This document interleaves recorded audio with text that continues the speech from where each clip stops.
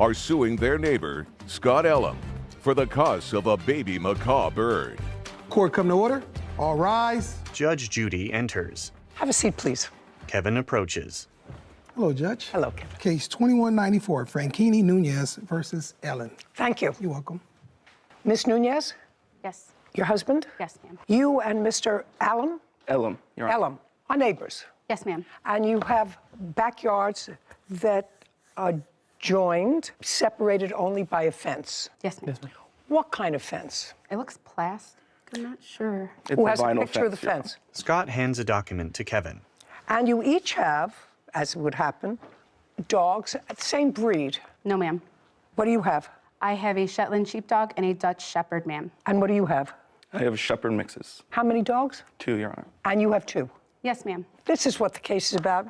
This is the fence. It's not a chain link fence. It's either a wooden or a plastic fence. And you can see that underneath this fence, there's a board here where I assume there's a hole because the dogs dig holes to get to each other. Is that a fair statement? Yes, Your Honor. Fair statement? Yes, ma'am. Okay, good. Case is about an incident that occurred. You've been neighbors for a while, and you have had this dog digging also for a while. Also correct? Yes. Yes, ma'am. The defendant's dog. Okay. This incident happened on the 16th of December, 2022. Why don't you tell me what happened? I got up that morning to let my dogs out. Both. One dog. Okay, so the day started out, me and my husband woke up. My husband had to go get a tire fixed, so he took my smallest dog, my Shetland sheepdog, with him. I remained home with my 2 children. Slowly. Okay. Sorry. Got it. How old are your kids? They are 6 and 7, ma'am. Okay. I remained home with my children because they were ill, and I had an appointment with them later on that day. My husband went to go fix the tire at 8 a.m. I got up in the morning to let my dog out. Got up in the morning to let your dog out. Yes. The shepherd mix? Yes, ma'am. Okay. I let her out, and then she came back in, and I was cleaning, and my 2 children were in my master suite with my macaw, Penelope. Okay. That's what the case about. This case is about a macaw. Yes, The ma'am. cost of a macaw. Yes, Which is a bird. Yes, ma'am. Go ahead. My kids were in the master suite. I opened the door. I'm out there cleaning. I let my dog out of my And the dog came back. sliding door. She came back.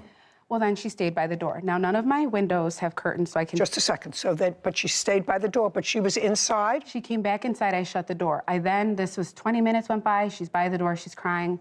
I told her we would play later. I assumed she had to go to the restroom again, and I let her out again.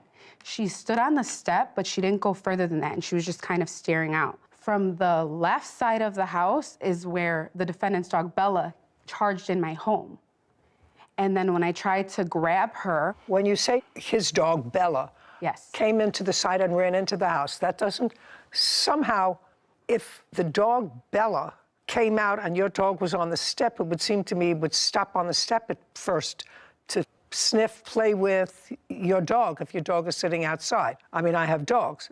Would go over to that dog first, not run into your house. You would think that, ma'am, but she's been in our house 3 times before this because I had to return her to the defendant on 3 separate occasions. And she didn't do that day. When she came in the backyard on the 3 other instances, I remember the very first time someone from that household came to my door, and I knew the dog was in my backyard, but I didn't open my door. I left her back there. I figured they'd come. They did. And I said, hold on a second. I put my kids, I put my Sheltie in the room with my bird, and I shut the door. Are we talking about the same No, date, ma'am. December? We're talking about other days that I No, brought... okay, let's not go on tributaries. Yes, ma'am. What's your dog's name? Lucy. Lucy. So the dog just went straight into your house. And what did Lucy do? Lucy charged after her and tried to attack her. Okay, so the dog has been in your house before. Have there been incidents with the 2 dogs? No, ma'am. The defendant's dog is submissive to my dog. So the only time I brought the dog in my home was when I shut all the doors to all my bedrooms. Someone from the defendant's home came. I opened up the front door, brought her in, and she went straight out because there was nowhere else for her to go. Okay, so it's your dog that is Lucy is the more aggressive dog. Lucy's never been aggressive with her. I believe that Lucy was aggressive with her that day because of the way she came in the house. When you say Lucy was aggressive, what did she do? She started growling at her, and she started... In the house? Yes. Now they're in the house. Put a period there. We have the 2 dogs in your house. Yes. And they are growling at each other. So that's not a happy picture because they're big dogs. Yes. Now let's get to the bird. You purchased a macaw. Yes, ma'am. You have a photograph of what they look like? Yes. When did you purchase the macaw? I purchased her with payments over time. I completed the purchase at the end of September 30th. This is the macaw. Yes, ma'am. That's my A parrot. Yes, ma'am. In December, how old was she? She was going to be 8 months. And how much did you pay for her? I paid $4,320.08 for Penelope. Okay, can I see the bill? Absolutely, ma'am. Her birth certificate along She's with beautiful. all of the... Pretty bird. Thank you, ma'am. Patricia weeps. Caption, coming up. She bolted in my master suite where my kids were. Lucy? No, Bella. Bella. Bella did. And I went in there like I heard my kids screaming, Bella is killing Penelope. And later today, Is there something wrong with your mind? No. Did you just say to me, am I crazy? Did he say he owed back child support? Yes. To her? Yes.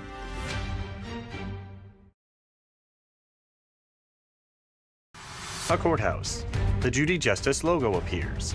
In the courtroom, Patricia, Giovanni, and Scott. Patricia Franchini claims her neighbor, Scott Elam, owes for the cost of a baby macaw bird killed by Scott's dog. Tell me what got you interested in the macaw. Earlier this year, full disclosure, ma'am, ended up in the hospital very sick for 2 weeks, and I was going through a lot, and I started volunteering at the bird store down by my home, and I really liked the Hans macaw because my grandma had one when she was younger. Slowly. Yes, ma'am. And so I spent a lot of time bonding with the birds there, and my husband and I thought it would be good and therapeutic for me, given what I had been going through. Okay, now the two dogs are in your house, sort of fighting with each other. They did not fight, ma'am. I did not allow Well, them to. growling. Yes, ma'am. Growling at each other. And tell me what happened with Bella and the macaw. I tried to calm Lucy down, and my master door was open. Everything was happening so fast. I know I'm describing it slowly, but it was quick. She bolted in my master suite where my kids were. Lucy? No, Bella. Bella.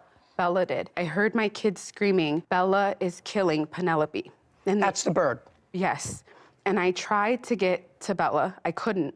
My dog was standing in between us. And while I was with the two dogs, then my son thought, oh, I'm gonna go get her. And that's when Bella kind of snapped at him and she scratched him. And so then I couldn't get her. I couldn't, she literally was like chewing her up and like dropping her and like biting her again, you know? And it wasn't until my Dutch Shepherd bit her on the nose that she finally let her go, and I swooped and I grabbed her. I booked it to my pantry in my kitchen with my kids, and Lucy stayed in front of the door, and I have a door on it, and I just stayed in there, and I called my husband, and I was screaming on the phone. He got home maybe, I don't know how long, it probably really only was like 5 or 10 minutes, but it felt like forever. She was like And dying where was in my Bella arms. during this time? Bella was around the pantry with the bird in her mouth. And then I took the bird from Bella, and then I put her to the cage, and then Lucy just stayed by the parrot. And then I opened the door and talked to the kids. They were all hysterical, and I was trying to understand what she was saying. Where was Bella? Bella was in the kitchen with a parrot. And how did Bella get back to the defendant? I walked her over. How did you do that? Kind of like how a mother pup grabs her by the neck. I grabbed her by the neck, and I walked her over. Okay, your dog killed their bird in their house. And? Your Honor, the hole that allowed Bella to get into their backyard was primarily dug by their dog over the course of many, many months. And? I continued to repair my side of the fence. Their dog continued to dig the hole, destroyed wood that I had put there. The dog got through. In that story, it's sad, but that's not the story that he gave to my wife when he came pounding on my door. Well, you can't tell me what he said to your wife, sir. Okay, that's fair, Your Honor. I can tell you what he said to me. I called him. You can tell me what he said to you. Instantly. Just you have to understand, he wasn't home when your dog got into the house. He came home at the end of the episode. Do you understand that? I understand that. Okay. Understanding that, you can tell me your version of what he said to you. What they both said to me, I've had conversations with the both of them since this has happened. Okay. The story has changed 2 or 3 times. First, it was she was doing something in the backyard and Bella just came charging in and basically knocked her out of the way, got inside. The first story was, I assumed the entire time that he was home, because when he was talking to me over the phone... I don't care what you assumed. He wasn't home when it started. Your problem, sir, is, first of all, you were aware of the hole. I don't care who dug it. You were aware of it. And it's not the first time that the dog has gone onto their property. Has their dog got onto your property? No, because I fix my side of it. I take care so of the my answer house. the answer is no. Correct. Who do you live in your house with? My wife and my children.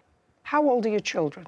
I have a 1-year-old. I have a 7-year-old. Let us say it's their fault that the hole existed that allowed your dog to get out. But you were aware of it because it had happened before that they had to bring your dog back. That a fair statement? That's fair, yes. Okay. Let us assume that it was your dog that was responsible for the hole. And their dog, despite the fact that yours was a better digger, you know, having dogs and having a fence, they both dig at the same place. They may not have fixed their side, but they both dig at the same place, trying to get to each other. Whose fault do you think it would be if their dog created the major part of the hole, got into your yard, and bit your 1-year-old?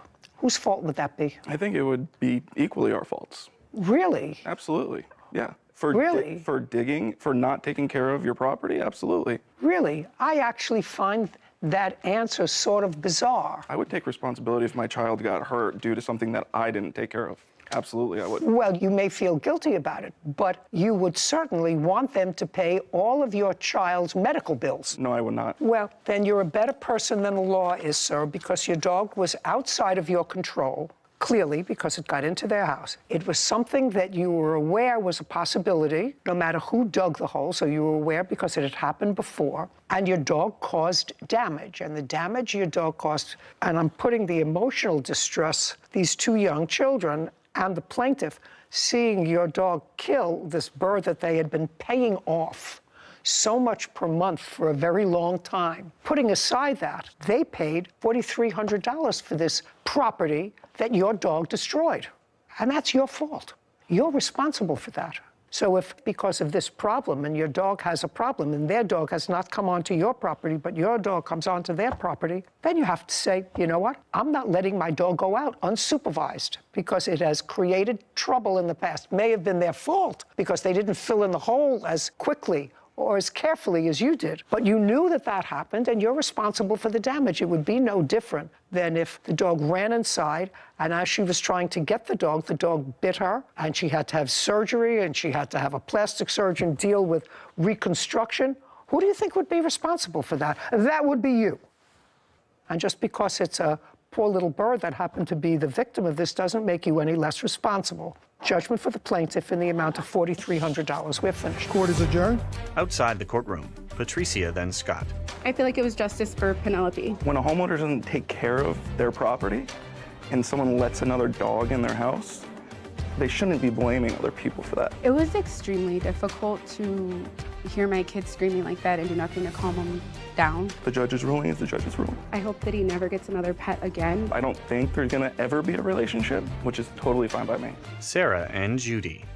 One of the most interesting things about that case is I don't think that the defendant's dog, Bella, was a quote-unquote aggressive dog. But I didn't get a hint that the other dog was even aggressive. Even by the fact that the husband was able to walk her back by the scruff of the neck. If that was an aggressive dog, they would just turn right around and give you a nice little snap. So that says to me that although the dog didn't obviously do it on purpose, what are you gonna do? But you're responsible as a defendant. You let your dog out. It's a act that's happened more than once. You were on notice. Dog is out of your control. You're responsible. That's the bottom line.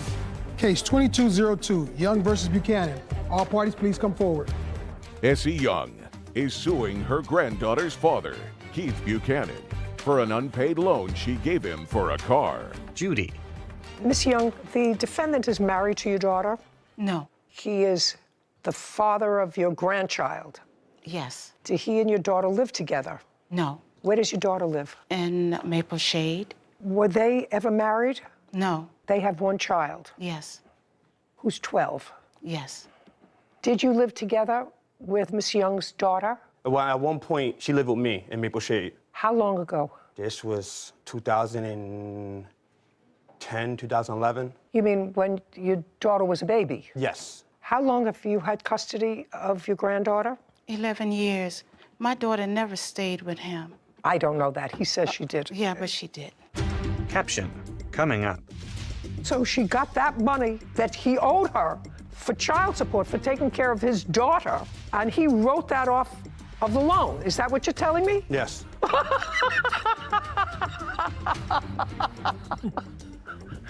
Oh, my God.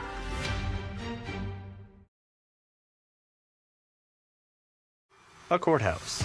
The Judy Justice logo appears. In the courtroom, Essie and Keith. Essie Young claims her granddaughter's father, Keith Buchanan, refuses to pay back a loan she gave him for a car.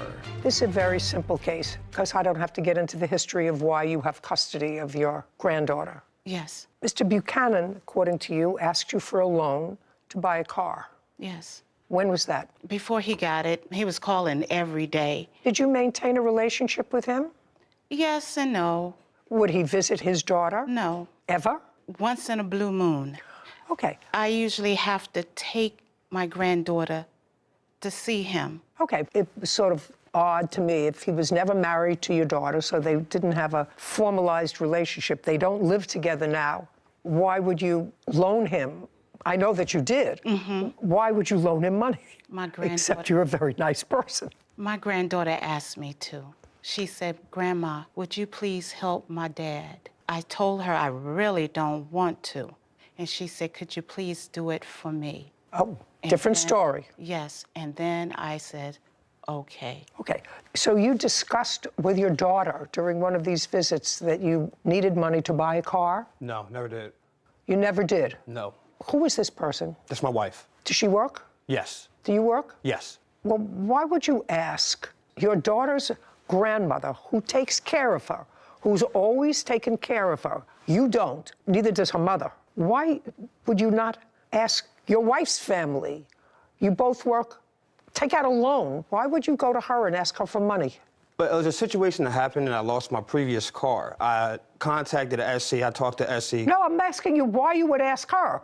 What would prompt you to call her? Doesn't she have parents? Yes, she do. I did that, and at the time they couldn't help. So you went to her parents first? I went to her family first. They said they're sorry they can't help at the time. So Mrs. Young was my last resource, which I didn't want to use, but at the time I had to use it because I had no other choice.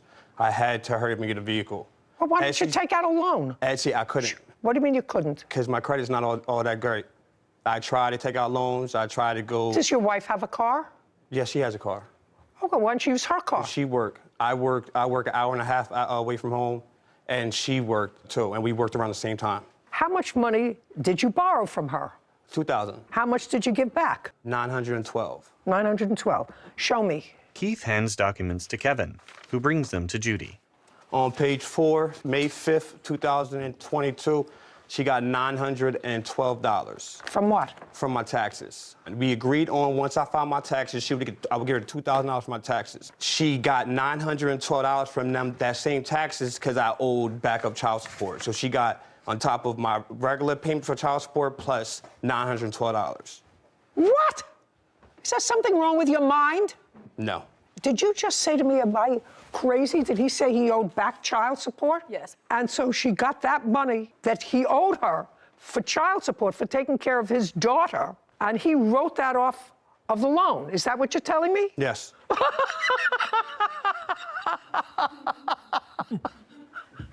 Oh, my God. That's the dumbest thing I ever heard. Well, not ever. I should take that back. It's the dumbest thing I've heard today. Sarah nods. If you owed her back child support, how much did you owe her? Only owed her $900. In back child support? Yes. Okay. That I fully forgot. Just a second. You owed her that money. In addition to owing her that money, you owed her $2,000. Do you understand that? So you owed her $900 plus $2,000. Are you not following me? Am I getting something wrong here? I'm with you. Are you following that? That's either a yes or a no. No, I'm not.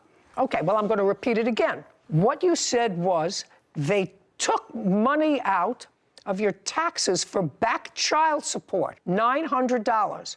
So that means you paid her $900 of the $2,000. That's what your argument is. Yes. Am I getting that? Yes. You already owed her the $900. I had no awareness that I owed her $900. When I found out that $900 got taken out the taxes, I had no tax coming back. I was like, look, you got $900. You're going to have to give me time. And that's when it went south. Oh, You got $900 that I owed you anyway. Now I need more time. Oh, my God. How is your granddaughter in school? She do okay? Yes, she does well. Okay? Yes. Okay. Either his math skills or his moral skills are somehow lacking. It's the moral. Judgment for the plaintiff in the amount of $2,000. We're finished. Thank you very much. This court is adjourned. Outside the courtroom, Essie, then Keith. I think the judge seen right through him. He was gonna be miserable, so I just let him be miserable. No one thinks like that. As long as she go about her life, I go about my life, leave my family alone. I just think he was hustling me. Only contact me when he got something to do with my daughter, that's it. I don't want anything to do with him either. Sarah and Judy. So initially, I may have been a little lost. It took me some time to get there. But I thought that what the defendant was saying was that he was expecting $2,000. For vandalism after his 16-year-old son damaged her car. Court come to order. All rise. Judge Judy. Have a seat, everyone. Kevin. Hello, Judge. Case 2101, Lawson versus Baumgartner. Thank you. Welcome. Miss Larson, it is your claim that the defendant's son, I assume that's this young man over here, vandalized your car. And he vandalized your car by smashing in a side mirror. Yes, ma'am. Which required you to be without a car for a day while they fixed it. So you want his father, who was actually present at the time, to pay for the damage. Yes, ma'am. From what I gather, this happened on Father's Day, which was June 19th Yes. of this year, and you were going over to visit your father. Yes. For Father's Day. Stand up. Chris's son rises. What I gather from your complaint, was he sleeping? Yes, he was. Okay. Some sort of an altercation happened, which you'll tell me about in a moment. His father was called. Yes, ma'am. His father came. This kerfuffle continued, and when they were on their way out, this young man, whose name is? Caden Baumgartner. Caden. Caden. Caden smashed in your passenger mirror, and his father says, well, he actually saw him do that, but it was just pushing in the window, the mirror, and really all you had to do was pull it out, and it would have been fine. Right. That's your defense? Yes, ma'am. Okay. So let's start out when you arrived at your father's house. What time? I arrived at my father's about, I would say, about 11:15. Okay. What happened? And it woke up Caden in the process. Caden got upset. What did he say? How did you know he was upset?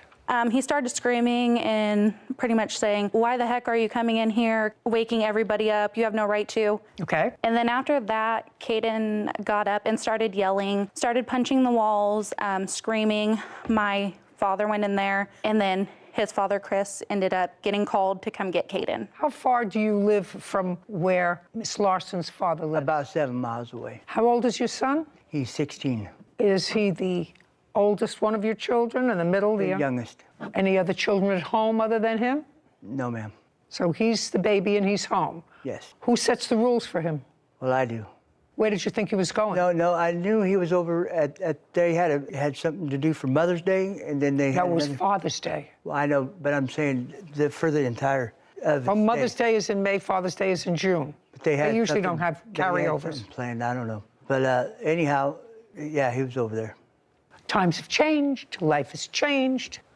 The only time you got to sleep outside your house when I was growing up was when you were outside in a pine box or a white dress. That was it. Those were your choices. Yes, ma'am. That's the way you could leave your parents' house, right?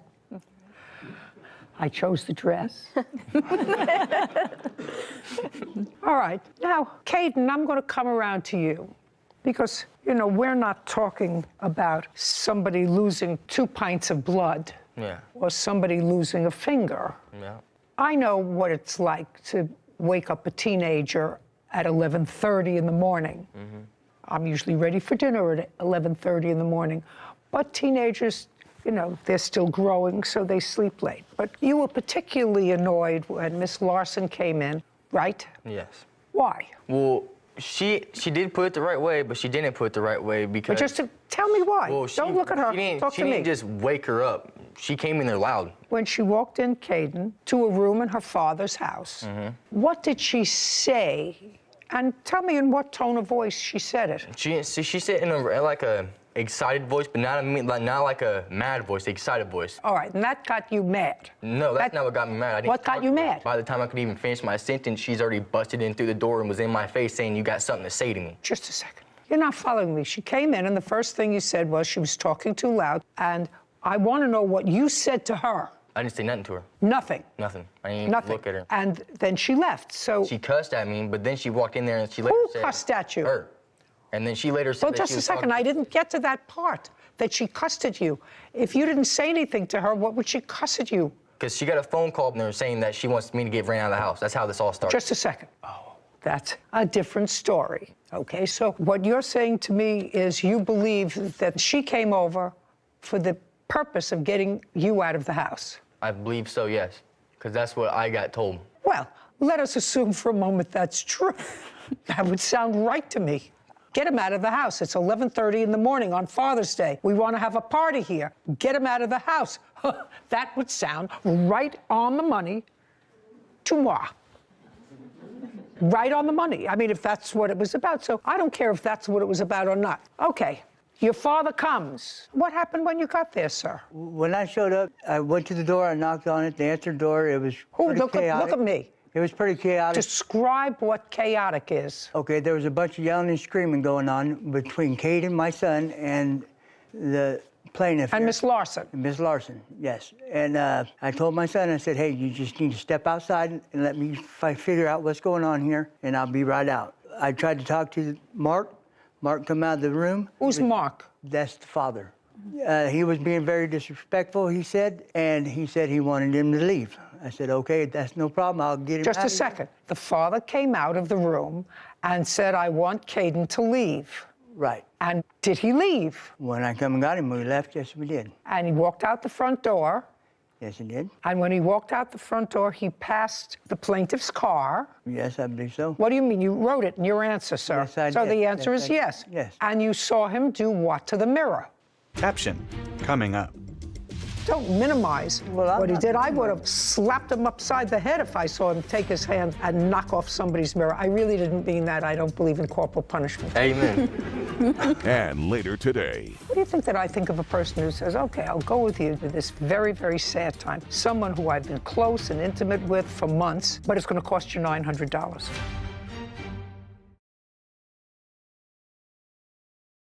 A courthouse. The Judy Justice logo appears. In the courtroom, Morgan, Chris, and Caden. Morgan Larson claims Chris Bumgardner's 16-year-old son, Caden, vandalized her car. Now, you saw him do what to the mirror? Push it in. Okay, very good. Now, do you have photographs of the pushed-in mirror? I do. I'd like to see it. Okay, one moment. Just for my own curiosity, you knew that it was wrong for him to touch that mirror. Yes, ma'am. Okay, and if what you say is he just pushed the mirror in and all it had to do is be, you believe, to be clicked out? I believe to be just, clicked out. Why didn't you do that? Why didn't you say to him, don't touch somebody else's property? That's what this is all about. Well, I Your believe temper. I did say that to him. Just I a said, second. Don't put your hand. Well, then why didn't you pull out the mirror if that's all it was? If you say the only thing because wrong she with the was mirror is coming that it has to be pulled out, why didn't you do that? You didn't see him touch the mirror. No, I did not. You were there. She was right behind us. She didn't see it. You saw it. So my only question to you is, if you saw it and it was that minor thing, and you know what it is, either you can click the mirror in and then you pull it out. I'm always afraid to click it out that I'm going to break it. Exactly. You're not suggesting that anybody else touched this mirror to damage it. No. Okay, let's see. Kevin brings photos to Judy, who reviews them. What did he use on the mirror, sir? What did he use to hit the mirror? I believe it was his hand. When you say you believe it was his hand, did you see what was in his hand? He had nothing in his hand. Did his hand get bloody? No. Okay, Kevin, would you turn these over to the defendant, please, and get from the plaintiff an estimate for the damage? Kevin shows the photos to Chris. That's not what... Well, they ripped it off there. Well, yeah, clearly, because that's not what it looked like when I seen. Because when he walked by, he just simply... Okay. And I said, now, Caden, that's enough. Chris returns the photos to Kevin, who brings them to Judy. So you had a $500 deductible on your insurance? Yes, I did. And you had it fixed? Yes, I did. Okay. And you paid $442.74. Good. How long did it take them to fix it? I would say about a month with the parts being on back order. And but you had the use of the car all that time? No. Oh, of course you did. Okay. Just want to see what you have for a car rental. Your Honor, I don't understand this car rental part of it. I've been without a mirror before. Sir, you're not allowed to drive without 2 mirrors. Then there was one in the cab as well. That's 2 mirrors, isn't it? I don't know what you're asking me, sir, because at some point you just have to take the car, and let's say it takes a day once you get the parts. At some point you have to take the car in and you're without a car for a day. Well, then you can either be without a car for a day or you can rent a car for a day. I'm not giving her a rental for a month. I'm not crazy. You know, there's a certain amount of inconvenience that one endures when somebody else vandalizes a piece of their property. And that's part of the punishment. Well, I understand. Yeah, I'm glad you understand. Don't minimize what he did. I would have slapped him upside the head if I saw him take his hand and knock off somebody's mirror. I really didn't mean that. I don't believe in corporal punishment. Amen. I don't think you needed 15 days to fix this. I didn't think so either. Well, I certainly don't think so. But you're entitled to a day's car rent. So I put that down as $200, including everything, $642.74. Judgment for the plaintiff. Thank you very much. This court is adjourned. Chris, then Morgan. I didn't think that I needed to pay the whole $1,300 out of pocket. I'm just glad someone finally held them accountable for what they did. The mirror, I was walking past it and just hit it. Bam, you know what I mean? I finally am getting reimbursed for the money I had to pay. I knew what I was doing, and when I did it, I did regret it after I did it, you know what I mean? I feel like some people need to control their children better.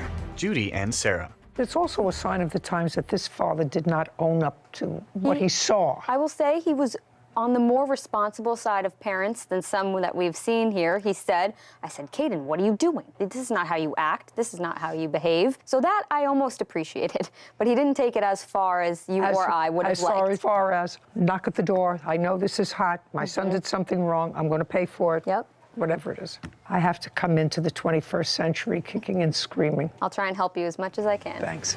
Kevin. Case 2105, Davey versus Miller. All parties, please step forward. Melissa Davey is suing her ex-boyfriend, Joseph Miller, for an unpaid loan. Mr. Miller, I think I'm going to start with you today, just because I have to kind of shake it up for myself. Otherwise, I get stale.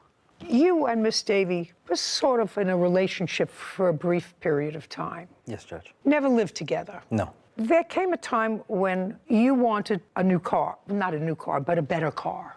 Yes. You wanted a better car because you wanted to use that car as a driver for Uber. Yes. And you needed a down payment. Yes. And according to what I've read from Miss Davey, and what you seem to acknowledge in your answer, Miss Davey loaned you $1,200. That is correct. Things didn't work out, which happens. You paid her back $300. Yes. Did not pay her back $900. Correct. So that would make it easy, except that you have a defense. Correct. And I'm going to let you tell me and the rest of the world what that defense is and show the world what a prince of a guy you are. I hope I can do that. You're no longer together. Correct. You owe her $900. No. Well, you just acknowledged that you paid her $3 and you owed $9 because she gave you $12. I owed $9. I said at that point you owed $9. You're no longer together. Yeah, I'm sorry. I misheard you then. Okay. Well, I sympathize with that because I do a lot of mishearing myself. But what I said to you was, at the time you broke up, you owed her $900. That is correct. Now you're going to pick it up from there and tell me and the rest of the world what your defense is. Because I read it. I just want to hear it from you. All right. At the time of our breakup, you are correct. I did owe Miss Davies $900 and had told her that I would continue to pay on the debt that was owed. Okay, and what was the month and year of your breakup? End of April, maybe? End of May. End of May? May. Okay, end of May, broke up, owing $900. And you said? I tried to be cordial and have conversations periodically with Miss Davies, and they did not go well. And then Miss Davies had to put her... No. You tried to have conversations with her with a view towards what? Just to reassure her that I was going to pay her back the rest of the money. Okay, so she would call you and say, where's my money? No, I would send her a text and kind of chat, and then I would give her a quick call and say hello, and we would have just a little chat every now and then just to remind her that, hey, I will pay you back the money. That sounds so off, Mr. Miller. People don't usually call an ex-girlfriend who they owe $900 to and say, hey, by the way, I know I'm going to pay you back the money, I just need a little time. That usually comes from the other side contacting them and saying, I would like my money. Typically, you are correct that most people, if you owe the money, you don't contact the person that is owed the money. I didn't want her to do that. I didn't want to have her come to me and be like, hey, where is my money? Okay, so you break up the end of May. Did you give her any money in June? I gave her one in April and one in July of $154. So at the time that you broke up, you had only given her $150. Correct. Later on, she kept bothering you, you were reassuring her, and in July, you gave her another $150. Correct. Keep going, and I still get $900. Caption coming up. Where does it say she's forgiven your debt? The very top one, I believe it says you won't have to pay for a thing. No.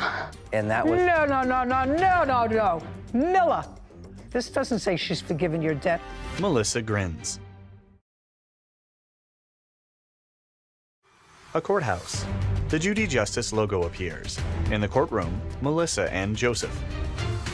Melissa Davy claims her ex-boyfriend, Joseph Miller, owes for an unpaid loan. I still get $900. In July, she had to put her dog down. And that was in mid-July? I believe, yeah, about the... July 11th. So you'd already given her the other $150. Yeah, and... So she called you and said... She sent me a message that said, hey, I'm going to do this. So I called, and she's like, hey, I'd really, really like you there. I can't... The last couple of words you just sort of muttered, sir. I don't know why you sort of muttered them. She called you and said... I would really love to have you there. I don't want to do this alone. I would really appreciate if you would come. Okay. And did you think of that as a reasonable request? Yes and no. Okay. Did you agree to go? After we talked... No. I want you to tell me what she said and what you said. She said that she would do anything. No. I really want you to go. And this is on the phone. That's what you told me. This was on the phone. Yes. So you didn't say that she could see on the phone. She said, I'd really like you to go. And you said what? I think that could be worked out. Okay. I think that could be worked out. Yes. And then what's the next thing that was said, and by whom? I believe she said that I would do anything to have you there. I don't want to do this alone. Well, you told me that before. After she said, I really don't want to do this alone. I would really like you to be there with me. And I said... And you said, that could be... What did he say? He said, okay, I think that could be worked out. I think that could be worked out. Okay, so that's what you said. And then who said something after that? She said that she would do She already said she would do anything? Yeah, she would even relieve my debt. She said that, or did you? She said that. She said it? Yes. Okay, because that's what his answer was here. Okay. And so then you said to her, fine, I'll go with you. And you went with her, and you spent 3-4 hours there while the unfortunate business of an end of life for a beloved pet takes place. And prince that you are, you relieved yourself of the $900 that you owed her. Yes. Just for my own information, how long did you and Miss Davy date or have a relationship?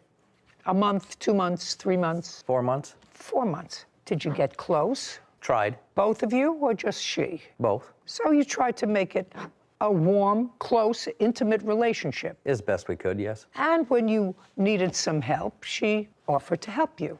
Correct. What do you think that I think of a person who understands the word close, warm, affectionate? What do you think that I think of a person who says, okay, I'll go with you through this very, very sad time? Someone who I've been close and intimate with for months, so I'm going to spend a couple of hours in the afternoon with you at this very tough time, but it's going to cost you $900, which is in effect exactly what you said, but it's going to cost you $900.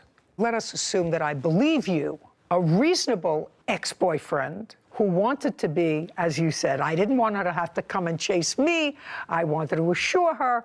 So a reasonable ex-boyfriend would say, sure, I'll keep you company. In theory, yes. There were circumstances when Miss Davies and I broke up that were not the best for either of us. And it wasn't a cordial breakup. It was very rocky. At the time when she called and asked me to come, I didn't want to speak to her at all. I would have respected that, sir. You say, this was very rocky, it was nasty, we don't really like each other anymore, or I don't like you anymore. I don't know how she feels about you, and it's really not something that I want to do. I don't want to be involved with that. I could actually understand that if it was acrimonious, as you say. What I can't understand is somebody saying, I'll go with you, but it's going to cost you $900. That's what I don't understand. Well, she brought that up. She was the one that stated that she would relieve the debt. And I was like, okay, whatever. So okay, Miss Davy, now it's up to you. Now I have been grilling Mr. Miller. So I have only one question to you. Do you remember the conversation when you discussed with him going with you to the vet? Yes, I have it in text. I'd like to see it. Judge, Speak not. Okay. Unless you have the text messages.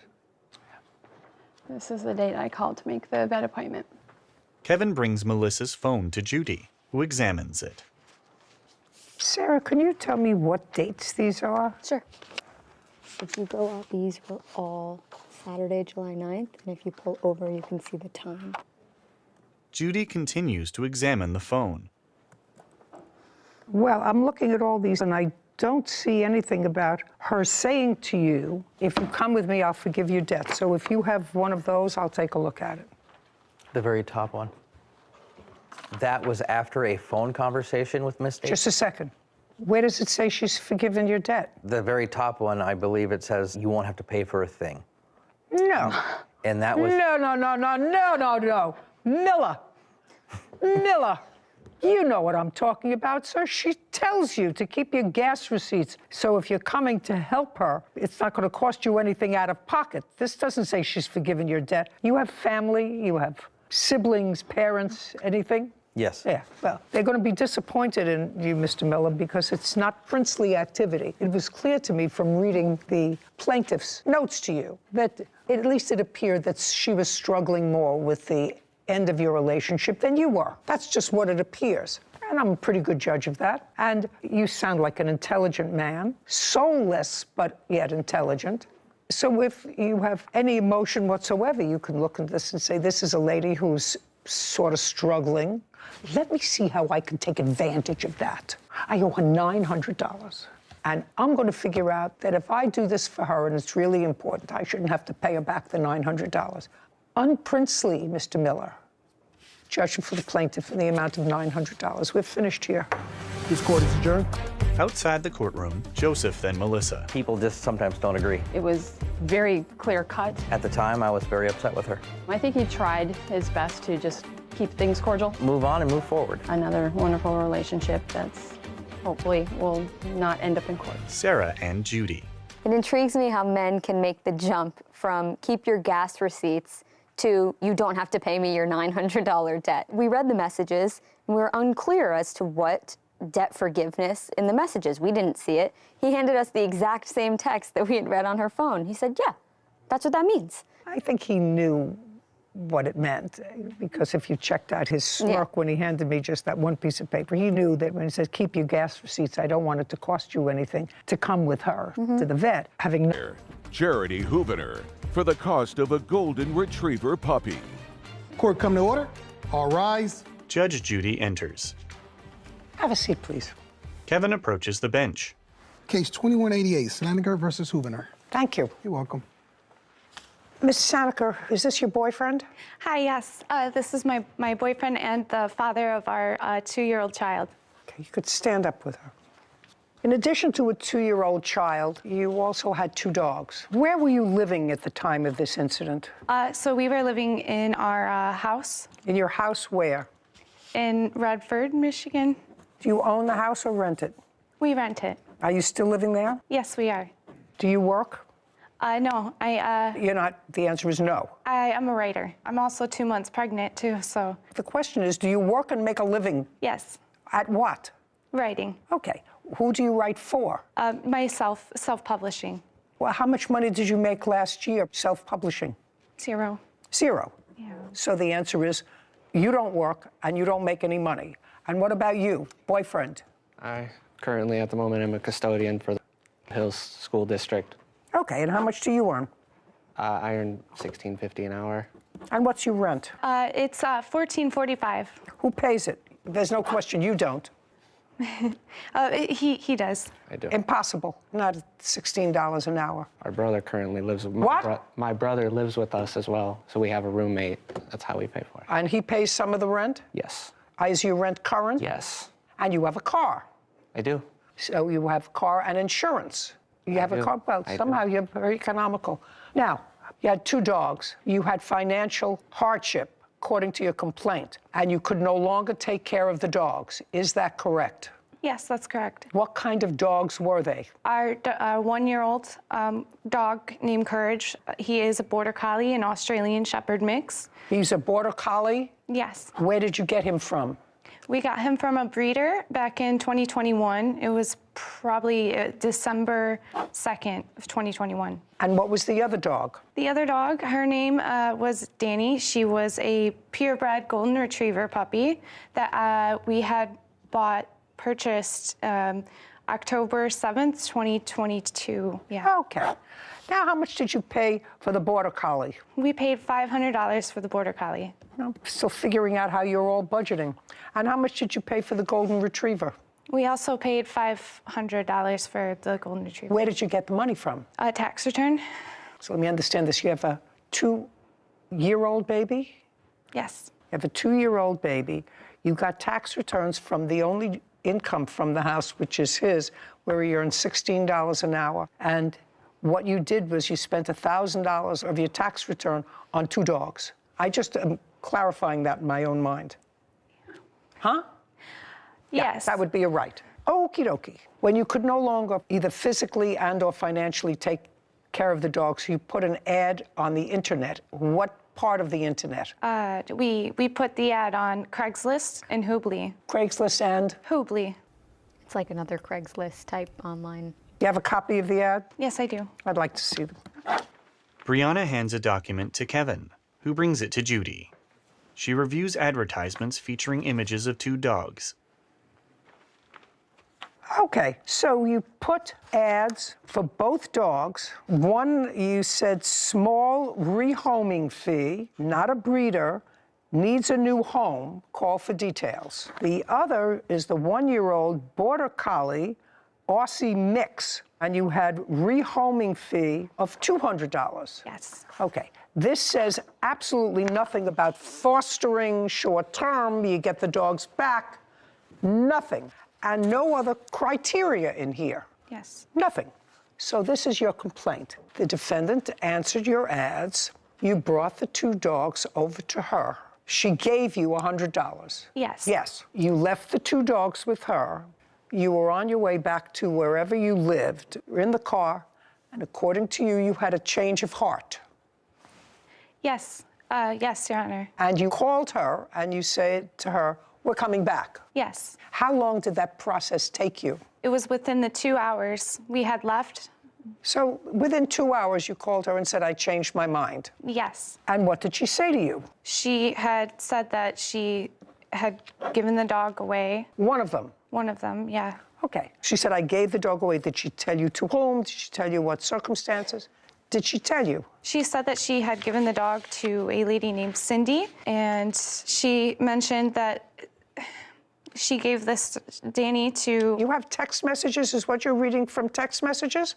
Yeah. I'd like to see it. Okay. Yeah. Brianna hands documents to Kevin, who brings them to Judy. She reviews them. Okay, so this is a text in the evening, and she says to you, my friend is traveling back to Tennessee now with my friend Cindy. Now, you went back to the house and you picked up one of the dogs. Yes. Courage. And did you give her back the $100? No. That's either yes or no. No. Why not? Caption, coming up. We want our dog back. You made a deal. She paid you $100. She gave you one back, despite the fact that you didn't give her any money. Why do you think that this is a deal that you can say, well, I changed my mind?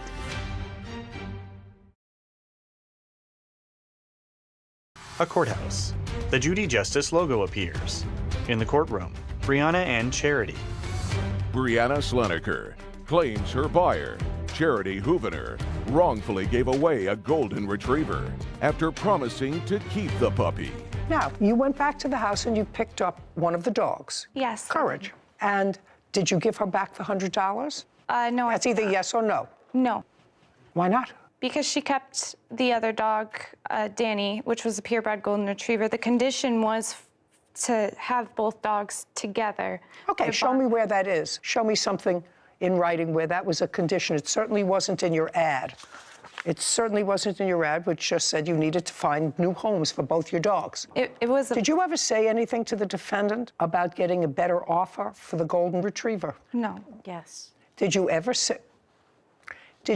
say anything to the defendant, either on the phone or in a text, that you believed that you could get more for the golden retriever because you had paid $500 for it as a puppy? This was just a couple of months later. It was still a puppy. I'm asking you, did you say anything to her about being able to get more money for her?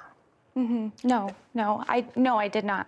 We want our dog back because of our other dog, Courage. And what makes you think you can have the dog back? Well, you made a deal. She paid you $100. You took the $100. You didn't return the $100 to her. One of the dogs was already rehomed to yet another person. She gave you the dog back. She gave you one back, despite the fact that you didn't give her any money. Why do you think that this is a deal that you can say, I changed my mind?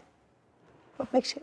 Because it wasn't a verbal condition to keep the dogs together. Absolutely not. Shh. Sorry. It was a verbal condition to keep the dogs together. They were a bonded pair, and she said that if we wanted to, we could. In what month did you sell the dogs to the defendant? It was December 4th, 2022. 12/4. Now, you got, according to you, the golden retriever in October of 2022. So you had, at most, the dogs together for 2 months. Yes. Yes. Well, that's not a bonding experience. How old was the golden retriever? She was 2 months old when we got her. So she was 4 months old? Yes. Well, you certainly could have gotten more than $100 for her. She must have been really desperate for that $100. I really just want my dogs together. Well, they're not together. Then you should have thought of that before you put ads here. You changed your mind. That's it. You changed for whatever reason. You felt sad in the car going home, or she's going to tell me that you had a conversation with her that involved money. No. I'm ready. All I want to know from you at this point is, and it's really not dispositive of this case, but it was in your answer. Did you ever have a conversation after she dropped the dogs off about money?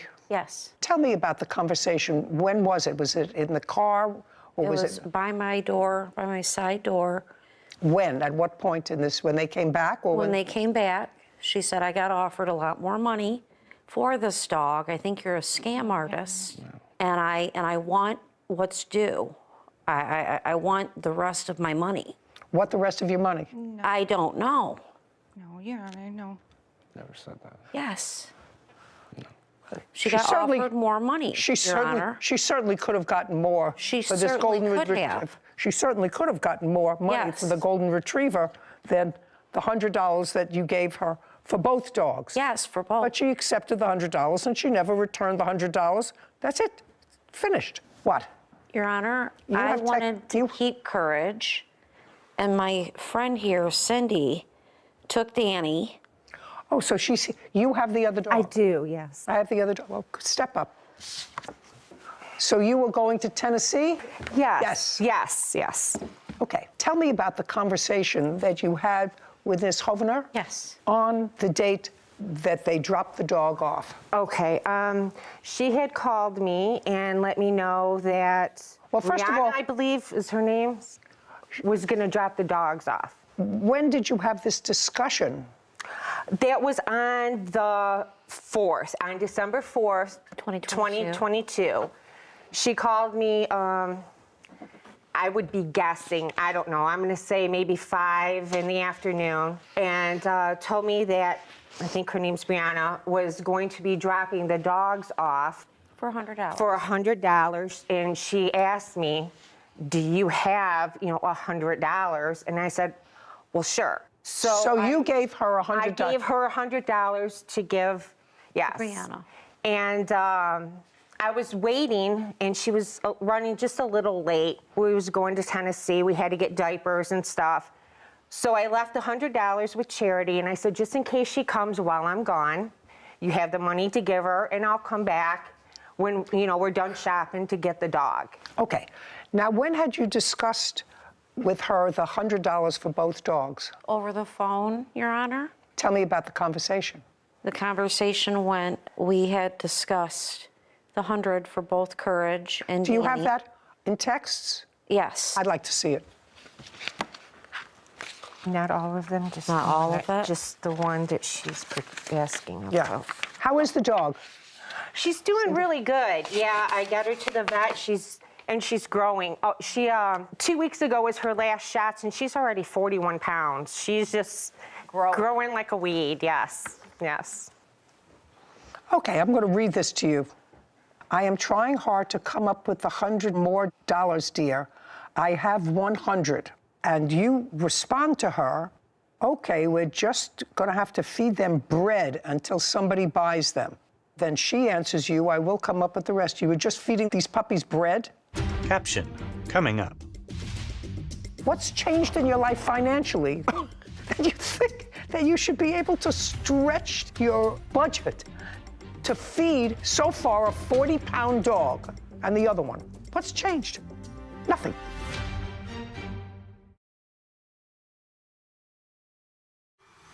A courthouse. The Judy Justice logo appears. In the courtroom, Brianna and Charity. Brianna Sleniker is accusing her buyer, Charity Hoovener, of giving away a golden retriever hours after purchasing the puppy. Now, you respond to her, okay, we're just going to have to feed them bread until somebody buys them. You were just feeding these puppies bread? That's what you wrote here. Who wrote this, you or him? I wrote it. And I would assume that your life circumstance hasn't changed. You're still not working, and he's still working for $16 an hour. Sure, yeah. Right? Yes. And at that point, back in December, what you said was, I can only afford, in effect, I can only afford to feed them bread until somebody buys them. What's changed in your life? What's changed in your life financially that you think that that you should be able to stretch your budget to feed so far a 40-pound dog and the other one? What's changed? Nothing. Ridiculous people. Was jobless at the time. Kenyon was jobless at the time, Your Honor. What? Yes. He was jobless in December. Yes. You still took your tax returns and bought a dog for $500.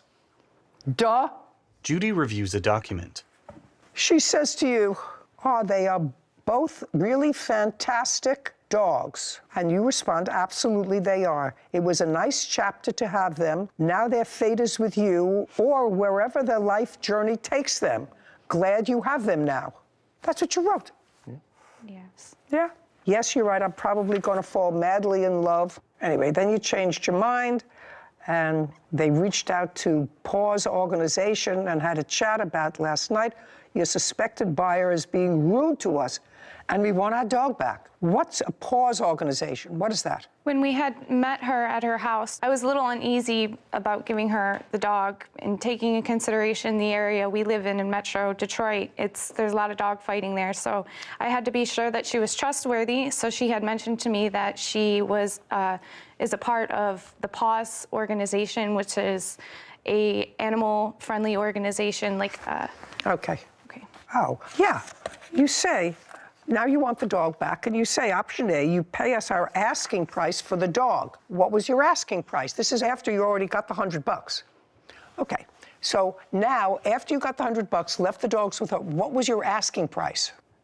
What was your asking price? The value of her. What was the asking price? It's your words. I'm a little confused, I'm sorry. Option A, you pay us our asking price for Danny. Or option B, we call our lawyers and take you to court. Yes, I at the time wanted her to pay the remaining balance of Danny, how much we had bought her for, $500. So you wanted more money for the dog? Yes. Okay, well, you can't have it. You've already made your bargain. Your case is dismissed. We're done here. Thank you very much. This court is adjourned.